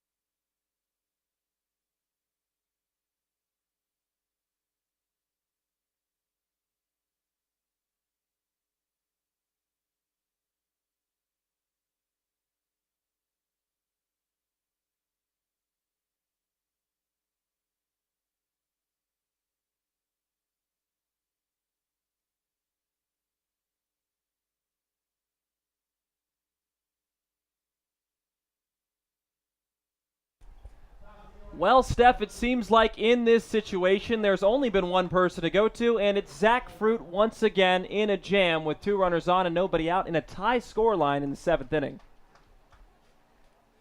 Did you mean to say fruit in a jam? I didn't even think about it. See, we're ripping off puns so much that they're just starting to happen subconsciously, but you're so right. 5 appearances, he's yet to have an earned run to his name. But here, another situation where he could possibly do that. Both of those runs would be inherited by Riley Hughie. Runners on first and second. Now, ideally, you want to preserve as much as you can, but, 1-0 count now to the guys. With nobody out, 2 runners aboard, top of the 7th inning. Not a ton of daylight left to work with. He really has to bear down here with the corner infield in, 2 runners on.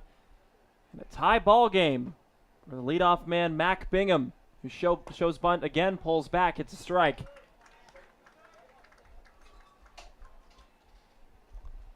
Other things you could have said are Zach Fruit is out here to preserve the tie. No preservatives. No preserves. Like your jam joke, that'd be Right. a good way to follow up on that. But I was going to say, I'll say it after this pitch. All right. You think some of the other relievers are jelly that they can't be put into this jam in this situation? Well done. That's a 2. That's a 2 for 1 right there. You're making me proud with these dad jokes. Well, nonetheless, this has been the guy to go to in this situation. He does need to get 3 outs, though. The runs would be inherited to Hughie, who went 0+ as the bunt is laid down, and Matt Donlin lets it go foul. Alert play by the catcher, and he quickly tosses it back over to Fruit. Say, get this last pitch over. Looks like Bingham's going to have to swing for himself here with 2 strikes. Yeah, Bingham hasn't had a ton of success at the plate. Of course, walked in the first inning. Here, now he's way behind the count at 1-2. Just wants to put a ball in play that isn't going to result in 2 outs. Move the runners over if he can, but at the very least, do not allow a double play. And I'm curious to see if he's still going to show bunt here. So we've seen that a couple times. Curious to see if he's confident enough in his abilities to get it down with 2 strikes. The 1-2, he will show bunt again and pull back on a slider away. Faltine's going to go. And both runners get into scoring position for Brewster, so it works out perfectly for the Whitecaps. They were going to trade an out to move everybody over 90 feet. Now, with nobody out, Bingham can, I guess, in this situation, swing away. I mean, it's unbelievable, Chris. I touched on it just a couple of pitches ago. When the Kettleers get into situations where they have a man down still showing bunt, pass balls have moved both runners over. Now you have nobody out. The leading run 90 feet away. And that's lifted high and deep to left center field. Moving back is Grady. He'll make the catch in left center. Faltine will come in to score. Moving to third is Alex Freeland. And a sacrifice fly for Mac Bingham makes it a 3-2 lead for the Whitecaps.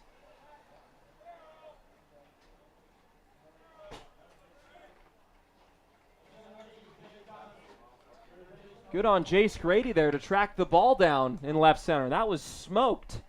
And he had the speed to make the catch. Everybody moves up 90 feet. Now the infield still in for a runner on third. And the power hitting Jake Thompson, who hasn't had the same day that he did the last time at Lowell Park for the Whitecaps against the Kettleers.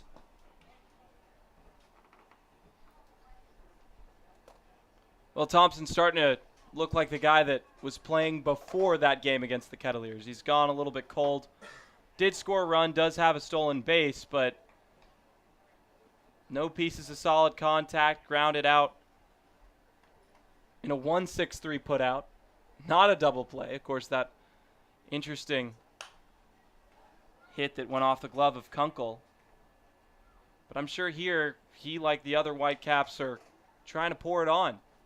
Kettleers have a little bit of momentum. They've scored runs over the last 3 innings, which up until this inning is something that Brewster couldn't say.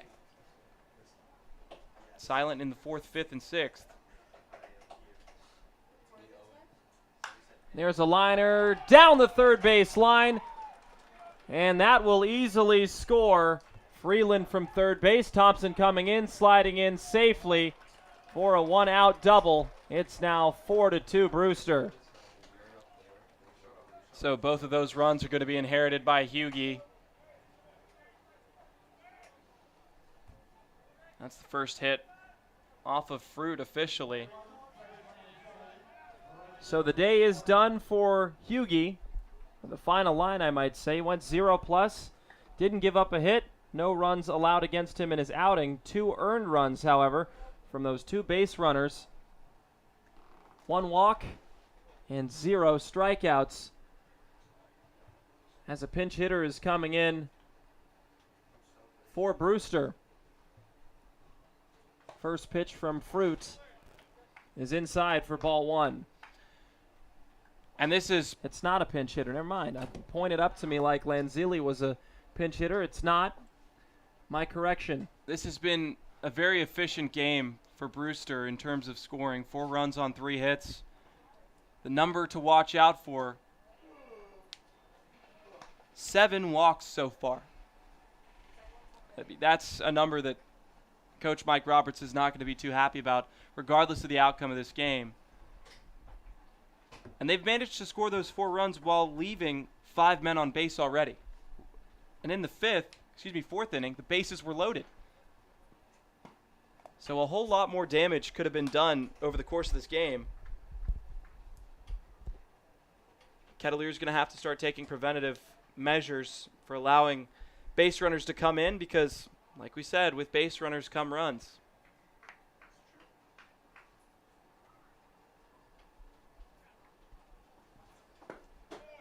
Next pitch low and away, 3-1 now for Lanzilli, who has a 2 RBI single in this game. He manufactured the first 2 runs for Brewster in the 3rd inning. Also popped up and flew out. Another hit here would make it 5-2 unless it leaves the yard. Well, of course, that would break the perfect margin for Brewster. 2 runs. That's been the difference between Cotuit and Brewster in the last 2 games. Now, Cotuit once again down by 2 runs. Well, our own Tim Crowley pregame predicted a 4-2 victory for the Kettleers. The 4-2 number line is still there for him. So selfishly, he may want to be the oracle here, but would rather have the Kettleers pick up a win here at Lowell Park. 3-2 from Fruit in the dirt, and the walks continue. That's walk number 8 issued to the Brewster Whitecaps. And are they going to go to the bullpen again? Yes, they will. Fruit's day is finished.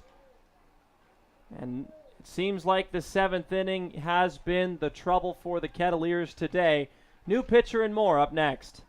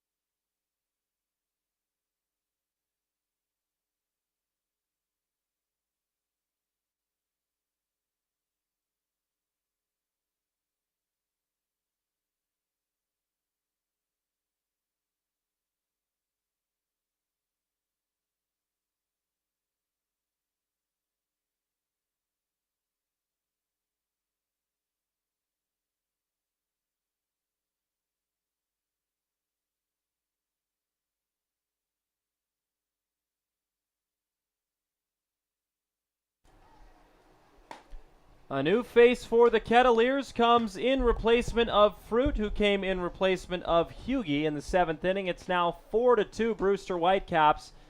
They're just trying to get 2 outs to turn it over to their offense in the bottom of the 7th inning. It's number 47, Logan Maitland, wearing that big 47 jersey that Jake Smith donned before getting drafted. He's out of the University of Massachusetts at Dartmouth in Tiverton, Rhode Island. See that big, lanky frame? He's going to come over the top with that fastball. Another one of the new additions for this team. He's not going to sit at super high velocity. The idea here is have him throw strikes, get out of this inning. 2 runs. Kettleers have battled back from that before. Up until the 4th inning, that was what the score was. 2-0, down 2. Started to chip away. No reason to see why they can't do the same. But another thing to consider is with all these pitching changes, daylight is burning. You have very little time. You have a finite amount of time to make this game happen. And I would think to get warm, understanding the time constraints, you're not going to take as many pitches in your outing to try and get out of this, because the Kettleers still have to turn it over to their offense and hope that they can produce something to score 2 or more as the light continues to go out. But Chad Castillo, who has walked and gotten out twice, is now up for the 4th time. He's got a runner on second and one at first to play with in Thompson and Lanzilli. First pitch to Castillo is inside. Little scoreboard update for you folks. We're in the top of the 7th. It's 4-2. In the bottom of the 5th inning, Falmouth and Harwich are playing each other at White House Field. The Mariners lead 3-1. In the bottom of the 4th inning, Chatham leads Hyannis 2-1 at McKeon Park. In the top of the 2nd, Bourne is at Spillane Field. It's all zeros. And also in the bottom of the 2nd inning, Yarmouth Dennis and Orleans at 0-0. So plenty of games close by 2 runs or less for each team. All zeros in 2 games. As it's now 3-0 from Maitland against Chad Castillo, and he basically has to fire in a strike or else he loads up the bases. Well, and Maitland looking a little wild out there. That front foot, when he comes down to plant it, is going way outside his hip. He's starting to yank the ball inside, and he did that on 4 straight pitches. He will not fire in a strike, and it is 4 pitches that result in 4 balls to load up the bases for the pinch hitter in number 50, Spencer Jones out of Vanderbilt. So the runners in scoring position, 2nd and 3rd. Lanzilli on 2nd, Thompson at 3rd. Both would be inherited by Fruit, who, if those 2 runs managed to come across, would be the first 2 runs allowed by him this season. But now you're really starting to see how dark it's getting here at Lowell Park. I mean, within a matter of minutes after his warm-up, it is just very cloudy. No sunlight whatsoever left. It wouldn't surprise me if this is the last inning. The Kettleers get to come up to the plate, maybe not even then. It is definitely starting to get dark here at Lowell Park. Now the 0-1 to Jones with the bases loaded. Big swing and miss. And Maitland gets ahead in the count this time after 4 straight balls against the first person he faced in Chad Castillo. Started to find the zone a little bit better.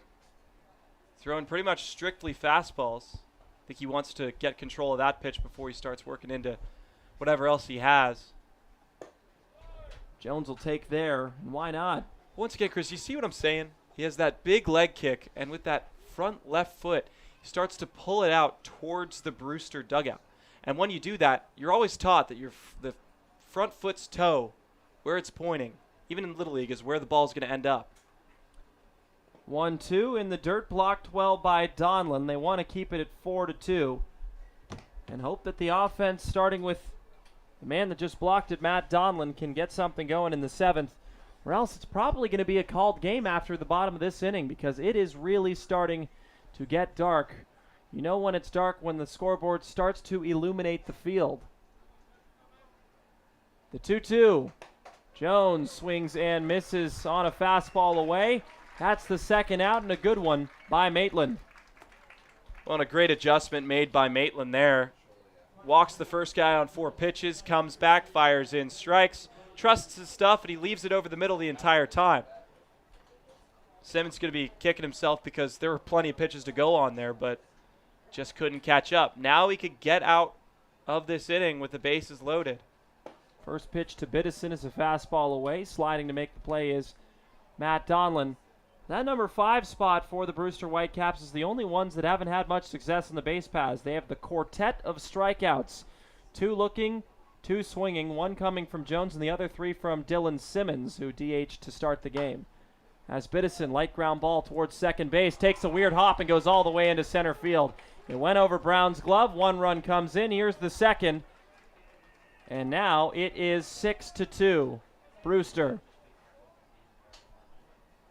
And you said it, Chris. I don't know if that skipped off the second base bag. Both of the middle infielders converging right behind second base, but just hopped over the glove of Eric Brown. And if he couldn't make that play, you know it's got to be a hard one. And I have to wonder if the light is playing into that.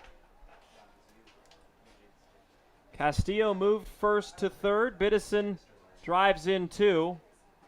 His 6th and 7th RBIs of the season. Those 2 runs belong to Zach Fruit. Final line, a third, 1 hit, 2 runs, 1 walk, no strikeouts. Now Maitland's trying to just keep it a 4-run difference as the darkness continues to roll over Lowell Park. He gets him out in front with a slider. Unfortunate, but I wonder if a 4-run lead is going to make the umpires talk about whether this bottom of the 7th is going to get played. Because we've seen it. Sometimes teams are saying, hey, this is getting out of hand. This is too big of a deficit. We saw it at YD. In fact, we only played 8 innings there. We didn't want to play the 9th because it was a huge lead for Cotuit. Why waste the arms? The 0-1 runner goes. Bitterson. Donlin loses the ball, and now they're coming home. Umpire gets in the way, and Donlin applies the tag for the 3rd out. Very strange event there, but 4 runs come in to score in the 7th for the Whitecaps. It's 6-2 as we enter the stretch.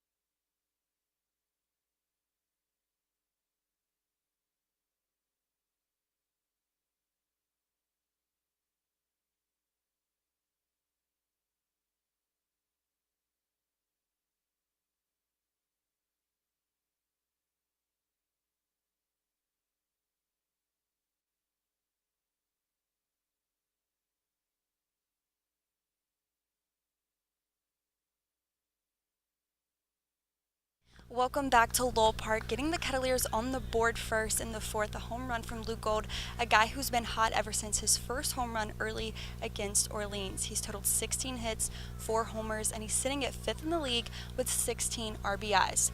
He was not draft eligible this year, but is expected to be a high-level pick next year, not only because of his numbers at Boston College, but because of his performance here on the Cape this summer. I guess you could say Cotuit truly struck gold when they made Luke a Kettleer. Back to you guys.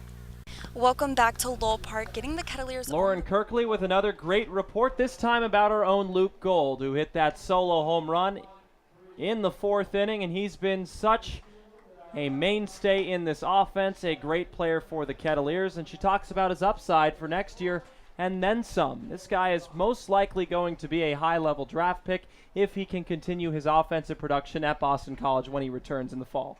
Well, his solo homer and the scoreline proves that all that glitters isn't necessarily gold. 6-2 your score here in the bottom of the 7th. These guys have to come in and begin to rally because there's no time to waste with the light the way that it is. And they're right now on the verge of losing their third game against Brewster and virtually killing all the momentum they've built over the last couple of games. We talked early in the season about what plagued the Kettleers. At first it was the high fastball. Now it's the Eastern Division opponents. I feel like that is the big question mark. If the Kettleers want to try and advance into the playoffs, they have to start beating teams from the East, because you're going to start playing YD. You're going to Chatham at Veterans Field. You're going to Stony Brook on Monday. You have to get these wins back against the opponents to the east of you. Well, it's almost bizarre to think about, right? Because Falmouth, Cotuit has done an excellent job against. Wareham, well, we've only dropped one game against Wareham this season. Only lost one to Hyannis at the beginning of the season, and have pretty much split the series with Bourne. If you take that rain delay game into account, which of course I do, we know how passionate I am about that game, but not the same result here with Eastern Division opponents. It's almost like there's a bit of an aversion against playing them, because added motivation to play teams in your own division may help you be motivated, because we know that it's the standings in the West that are going to be the most important for who makes the playoffs. But it's going to be neck and neck in those 2, 3, and 4 spots in particular the rest of the way. Well, at least right now, luckily for us, Wareham and Bourne are battling it out, and we still will have sole possession of second place regardless of a Wareham win, I believe. But if Bourne wins, as Brown lifts that high and deep to left field, he's watching it. Is it going? It is a foul ball.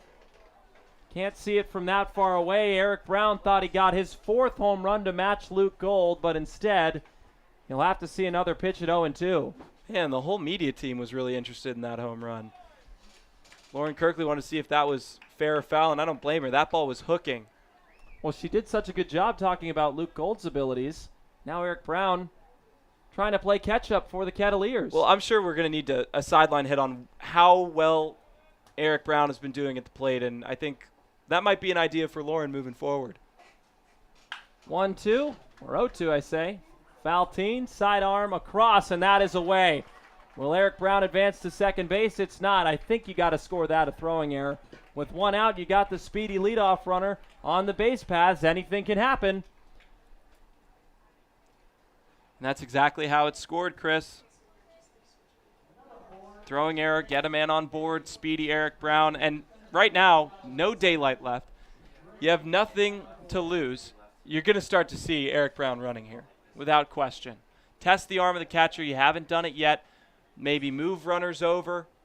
Start to get some excitement in this batting order. But Jace Grady looking for something here, too.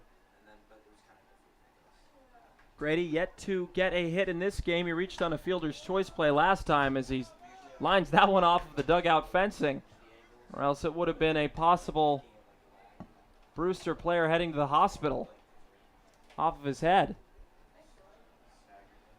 Lights are on inside of the booth now. That's telling you how dark it is outside.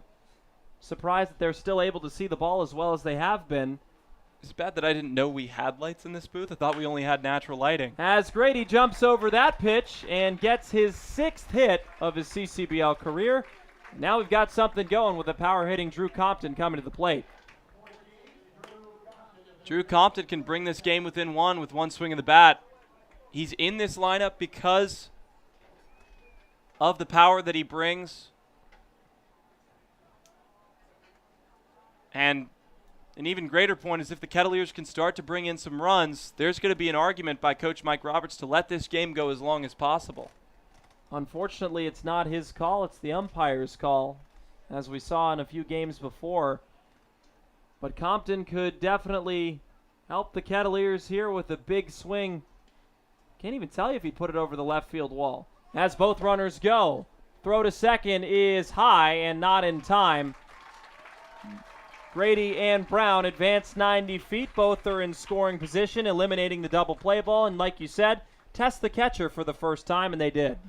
As a young lacrosse player, I learned one thing. It's that speed kills. And with Jace Grady and Eric Brown, that's never been more true. Unfortunately, I could never implement it into my own career. It was more of like a 5'2", 40 guy if I was lucky. But these guys certainly have more than that in the tank. 0-1. Compton bounces over to Faltine. Has to wait back. Now this throw is on target, but it will bring home the third run of the game for the Kettleers. So Compton gets another RBI to his Kettleers career.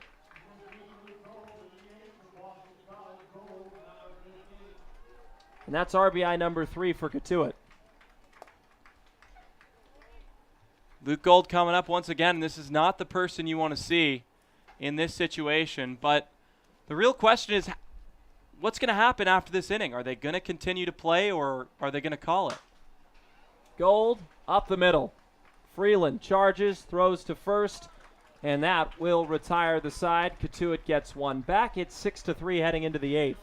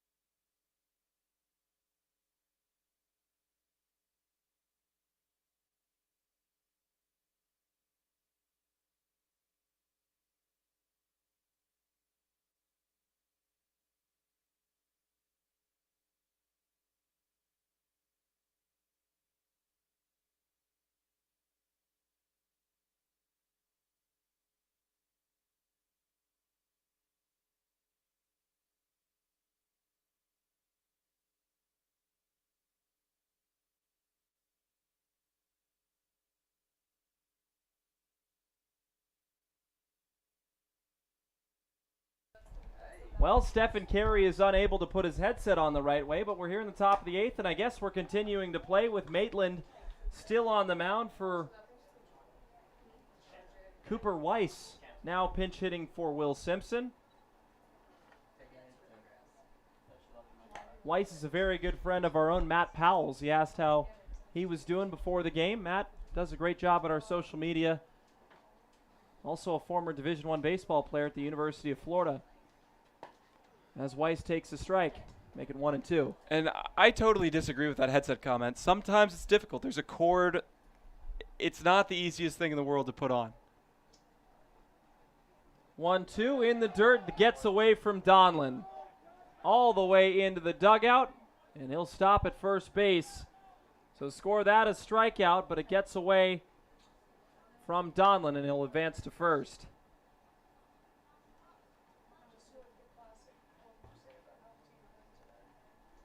So still nobody out for Faltine. You got to think if they keep scoring more runs, they're going to have to call this game at some point.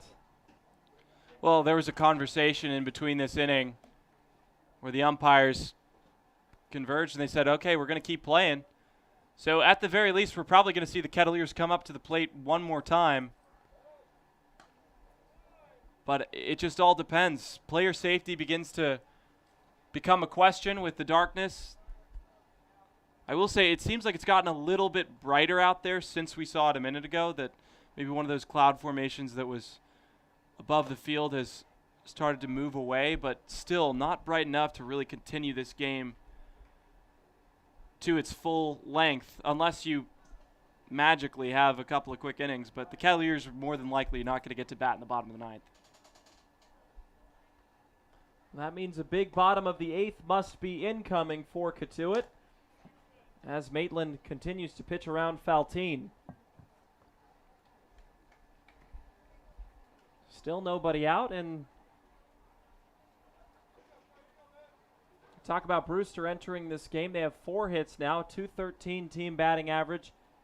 They've now scored 96 runs, 3.55 team ERA entering this game.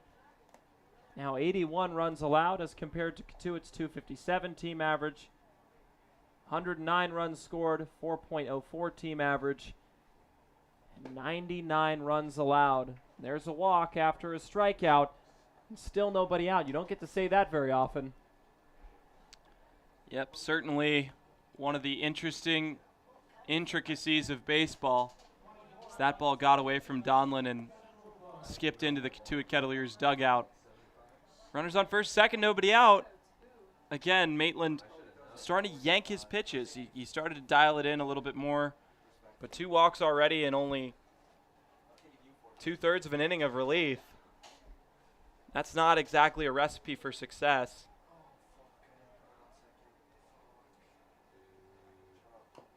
Or a successipe, as some might call. I don't know anybody that's going to call it that, but I'm sure 2 runners are going to be going here. You saw Weiss start to get a jump towards third base. Do you think that they would call the game in a situation where 2 runs would come in to score here? Would they just stop it? I think so, but I'm sure it would be something that Mike Roberts would not be okay with. He trusts his bats. He trusts their ability to put together big innings. I mean, we saw a 5-run inning yesterday in the 5th. That's been kind of the MO of this team, is they can score in bunches, and if there's ever a chance to get a W on the board for the Cotuit Kettleers, I know they're going to fight like heck to make that happen. Showing bunt again, this time getting it down. Right back to Maitland, 1 play at first. And in as many innings, 2 runners are in scoring position.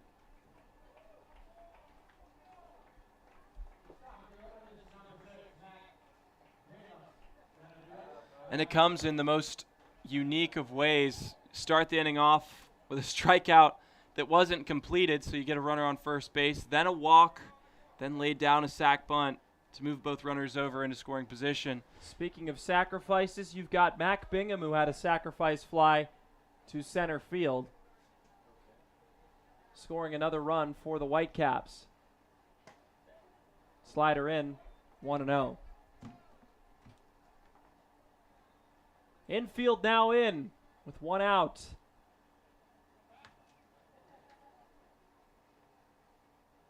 And in this situation, the dark is the enemy of the Kettleers instead of the ally.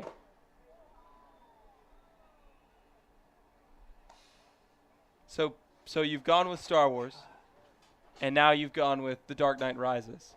You really are not helping our chances with the ladies with all these comic book and sci-fi references. I'm not even intentionally doing that, but now I see.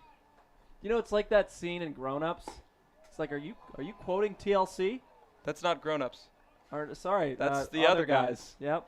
See, are you quoting TLC? I don't even know what that is. But in that case, of course, he was intentionally quoting TLC versus I intentionally quoted Star Wars. 3-0 pitch. There's a strike to make it 3-1. Well, folks, you can say a whole lot of things about us, but what you can't say is that we're not entertaining. I mean, you could. I mean, you might actually be a rational human being and possibly think that. Sometimes the inner monologue in our heads just come. I say the inner monologue, singular, because we're twins and we have a hive mind, but sometimes it comes out during the broadcast. So back to the action. It's a line drive into left field. Brett Roberts makes the catch. Tagging from third is Weiss. And that's the 7th run for the Whitecaps. Another sacrifice fly for Mac Bingham, this time to left field.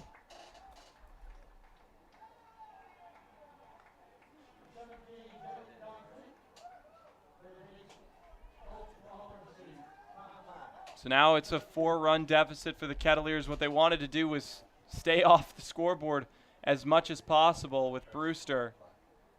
Now they're going to have to mount a 4-run comeback. Now, if they can put together 5 like they did in the bottom of the 5th last game, that'd be just great. It's a lot to ask for from a team that has only managed 3 runs so far today.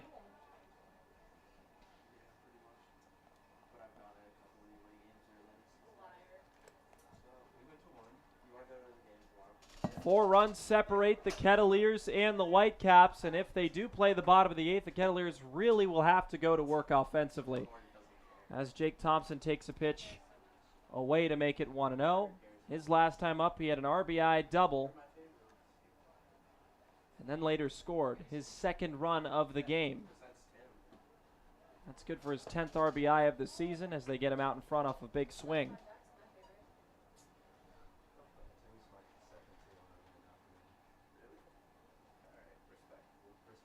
All they need is an out. Kettleers are looking to Maitland, the 4th relief pitcher, coming after Zach Fruit, and ultimately Quinn Matthews, who started the game and had a decent performance. Now it's 2-1.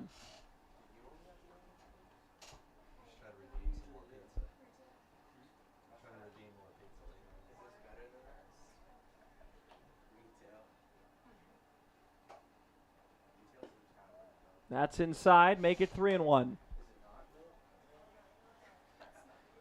again, every ball that he throws works against what the Cotuit Kettleers want to happen. They need to get out of this inning quickly if they're going to have enough time to mount a comeback, because with every passing second, these umpires are thinking about calling this game. 3-1, turned over and foul. Make it 3-2. So a good situation here for Maitland to get a strikeout with 1 run against him. A 7-3 difference separates the Kettleers from the Whitecaps here at Lowell Park.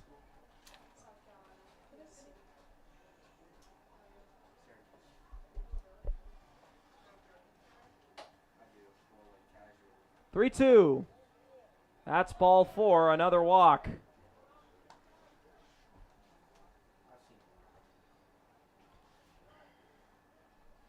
At this point, you have no choice but to keep Maitland in there and continue to throw.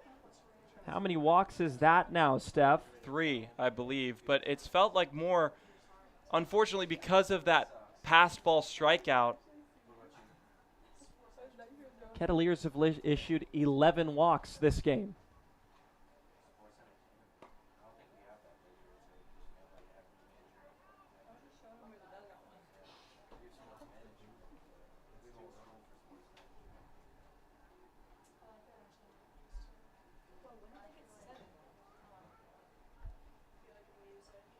Chris Lanzilli up, takes a strike at 90. The walks are really what has plagued this Kettleers team in terms of pitching. I wouldn't be surprised if we start to see an expanded strike zone from Rick Emerson, trying to move this inning along.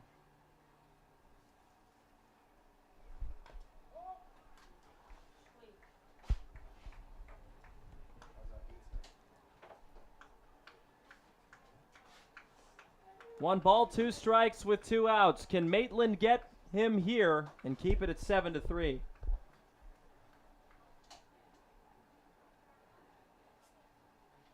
One-two pitch, swing and a miss. He got him, but not before another run comes across. It's 7-3. We head to the bottom of the 8th.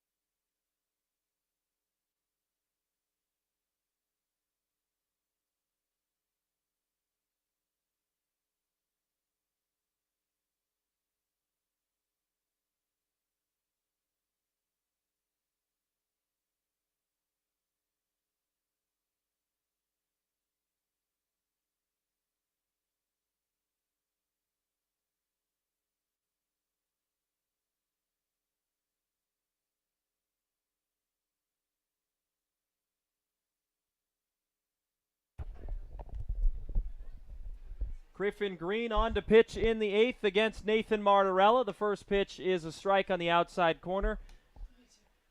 There's also another substitution. Dylan Carter will enter the game in right field in place of Lanzilli. Next pitch is off the plate. Griffin Green out of Virginia Tech, 6'4", 220. 1.22 ERA in 4 games pitched, has 1 save, 7 1/3 innings, 5 strikeouts. And this probably is a closeout situation for the Kettleers in the 8th. They have to score 4 runs or else I feel like they're going to call it here in the bottom of the 8th.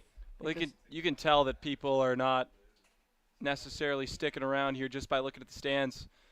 They know that this game's probably going to get called for darkness. Martarella lines that into right field. It is off the wall. Quickly getting to it is Carter, and a hard throw into second base. Did they get him? They did! What a throw from the substitute. That is unbelievable. They bring in a defensive substitution. You will never see something work out that well defensively. But Martarella, great piece of hitting, timed it up, barreled it up. Just the slightest hesitation, and you couldn't have asked for a better throw from right field out of Dylan Carter. Well, it looks like that substitution absolutely paid off for Brewster, and everything is going right for the Whitecaps here. And you won't see a much better throw from right field than that. It was right on the money, and it got Martarella sliding in. What a gem by Dylan Carter. That was the second hit of Martarella's night, so his bat continues to be hot. Now Alex Sayre takes a pitch to make it 1-1. Excuse my excitement there on that play. It was just surprising to see that good of a throw from right field. Regardless of the score, it is great baseball here on the Cape. As Sayre chops that one to third, they will say it's a dead ball as it clipped his foot. Weiss is playing third in place of Thompson now. And Jake Thompson moves over to first. That's where we saw him last time. So that tells me that Weiss is much more confident at the third base spot than he would be over at first base. So a double switch gets Simpson out of the game. 1-2 pitch. Went with the slider. It stayed away, 2-2. And that slider has big looping action. Just big break to the outside. Just starting it off too far to the outside, and it's continuing to break. So pretty easy for Sayre not to swing at those pitches. The 2-2. Swing and a miss. First strikeout of the night for Green. Now 2 are down in the 8th.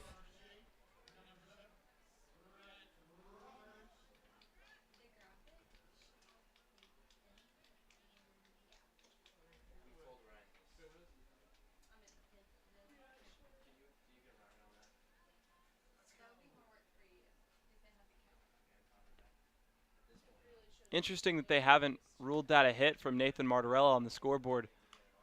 How it should be scored officially is a base hit and then a 9-4 putout. But that number 4 still stands in the hits column for Cotuit. Well, it certainly was a base hit. They'll have to fix it. I'm sure the official scorer has it right.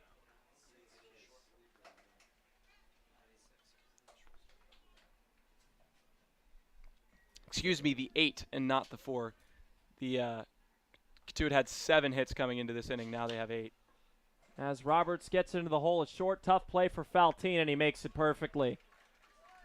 1-2-3 inning for Green, and is this the end of the game for the Kettleers? I guess we'll find out up next.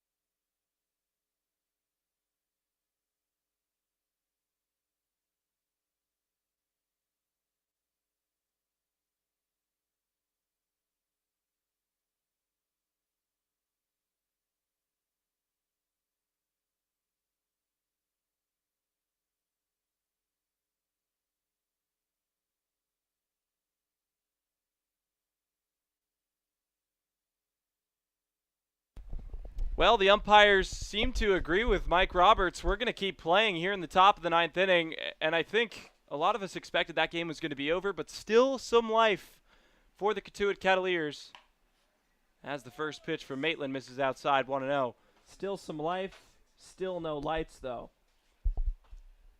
That's a good point, Chris. It certainly is getting dark here at Lowell Park. That ball's tapped foul to the right side. It's dark in the park. Dark in the Park, a community relations event that is put on virtually every night at Lowell Park. Pretty much past the 6th or 7th inning, so we might have to get Connor Breen and Jenna Meyer on that one. As this one shot out into deep center field, ranging back is Grady, and he'll make the catch for the first out of the inning.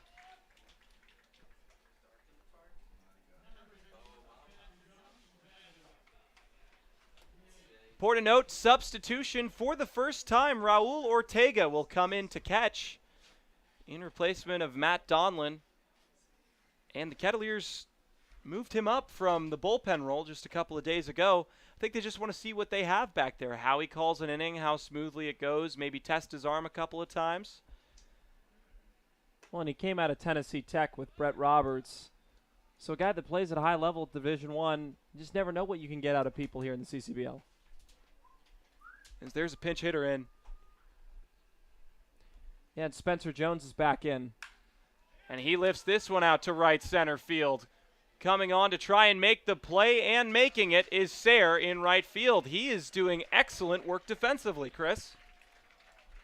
And we've had trouble in right field at times with guys being able to track the ball down, but Sayre has made an excellent effort, put on a clinic in right field of how to track the baseball and play defense. And the only play that's outclassed him is the one by Dylan Carter last inning that basically came out of my seat for nabbing Martarella at second base from what could have been the warning track if we had one at Lowell Park. First pitch brushes off Nick Bitterson, his last time up. He singled, and that drove in 2 runs, part of that big 4-run 7th inning that broke this game open for Brewster. That pitch is yanked outside 2-0.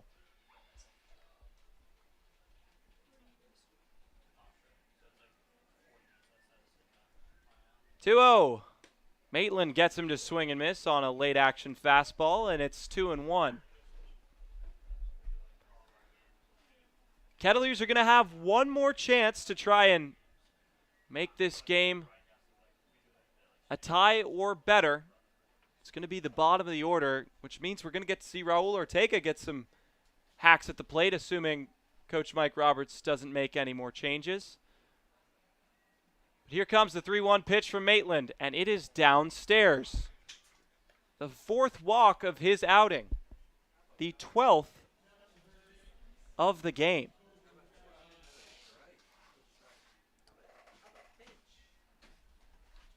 Well, then you bring up Cooper Weiss, who struck out swinging and then later scored. I know that sounds crazy, but in the same inning it got away from Donlin. Now you've got Ortega back there trying to play a good defensive catching position. But Maitland needs to get out of this here so he can turn it over to the Kettleers, because time is of the essence in this situation as the light continues to fall. Something you can't say a whole lot at Lowell Park. 3 hours we've just hit in terms of game duration. As 8 o'clock rolls in here in Cotuit. 1-1 count from Logan Maitland.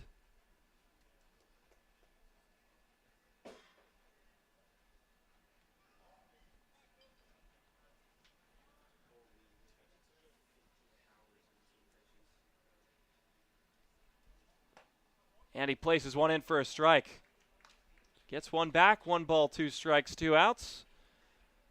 Here in the top of the 9th inning. If Maitland can get him out here,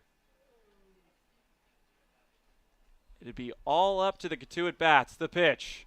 And he got him. Adam Maitland records his 3rd strikeout of the game. Logan Maitland records his 3rd strikeout of the game. And we'll go to the 9th on the Kettleers Digital Network.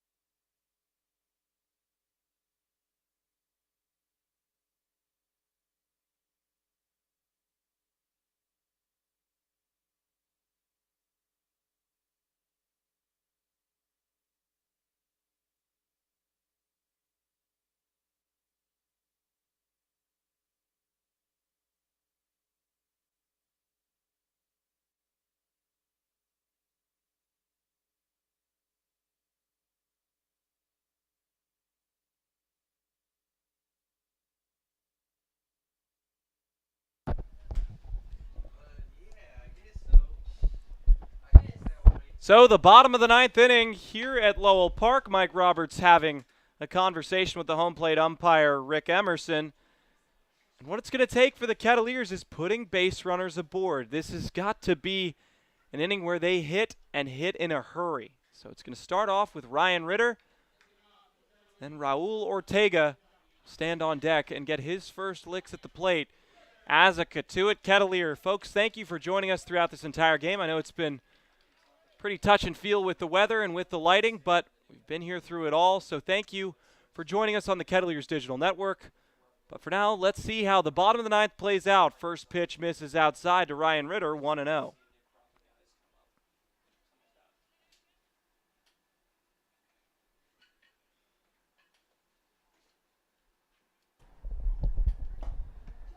Goes to the inside corner this time, gets the call. It's 1-1. And Ritter's just shrugging that off. He didn't like that call. But I think at this point they're doing it in the business of keeping these players safe the darker it gets. Goes back to the inside, almost clips him, and it's 2-1. Really, really dark here at Lowell Park. Ominous clouds looming over the hidden gem that is the home of the Cotuit Kettleers, but now it's 2-2 to Ryan Ritter. Well, it started off as a light topaz, and now it's as purple as an amethyst. With the sky coming over, it's darker and darker. So the gemstone has changed color, kind of like an alexandrite. 2-2 gets the outside corner, and the bottom of the ninth starts with a strikeout to Ryan Ritter. Strikeout number 2 of the outing for Green. Brewster's 2 outs away from securing their 3rd victory against Cotuit this season. We only get to see them one more time, and that happens just 2 days from now. But, folks, important note about tomorrow. Tune into the Kettleers Radio Network, where we will face the Bourne Braves in away fashion. Ortega rips one foul back. It's 0-1. And don't forget to tune into Lauren Kirkley's post-game interview with Coach Roberts after this game and the post-game that's posted. It's not live tonight considering the outcome of the game. Lauren's going to interview Coach. Tim Crowley's going to do what he does. Hopefully Raul Ortega can get something going here with 1 out in the ninth. 0-2 coming from Green. Ortega tips one back. Bitterson couldn't handle it. And it will, of course, be on YouTube. Be sure to subscribe on YouTube at Cotuit Kettleers. And our Twitter accounts as well, same handle. That's where you're going to find all the action, especially with our media team. And then if you would like to follow any of us, you can do that as well. Once again, the 0-2 to Ortega. He fouls it back. I have to think it's got to be hard to see. As a hitter in these conditions, you really don't have a ton of time to read the ball. But that catcher's eye has to be beneficial for him, adjusting to pitches at the last second, whether it's defensively or offensively, as the 0-2 is lined down the left field line, and Ortega's going to get aboard. He's going to round first. He's going to chug into second, and he's going to get in there standing up. How about that for your first CCBL at-bat? Going the other way with it, putting it down the line, and starting something possibly here in the ninth for the Kettleers. But it just continues to get darker. Bright spot, Kettleers have a runner in scoring position for Eric Brown.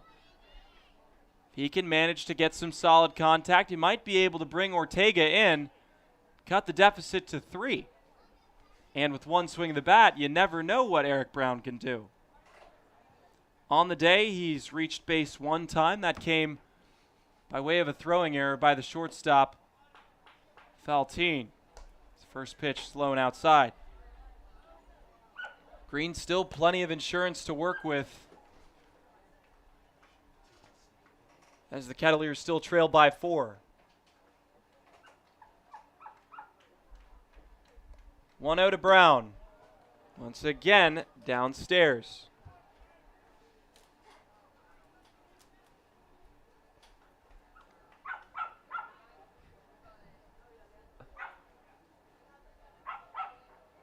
Somebody tell that dog bark in the park was just a couple of days ago. We hear him Or her. or her. Do not know the gender of the dog, but barking and excitement. We are a pet-friendly stadium. As Brown is quickly ahead in the count, 3-0, and there's going to be a meeting between the pitcher and the catcher.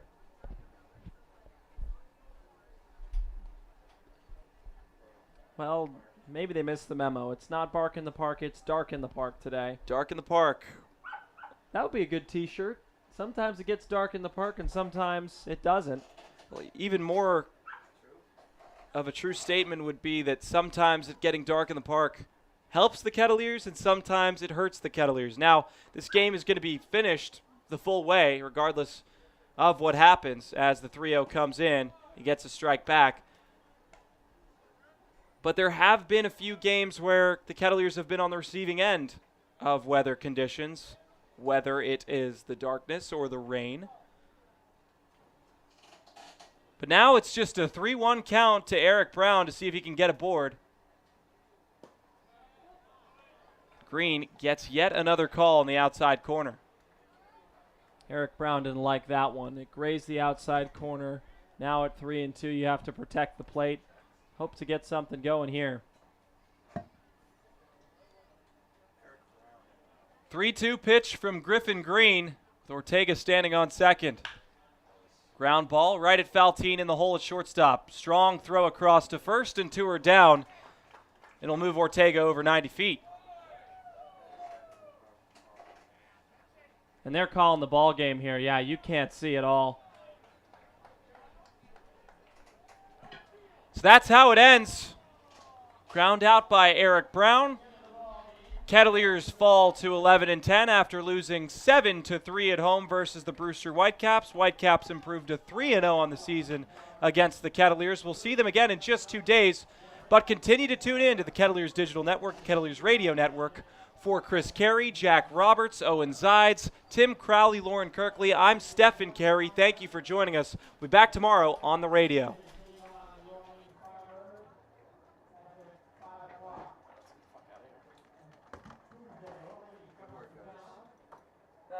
That should have been called. Make sure both of my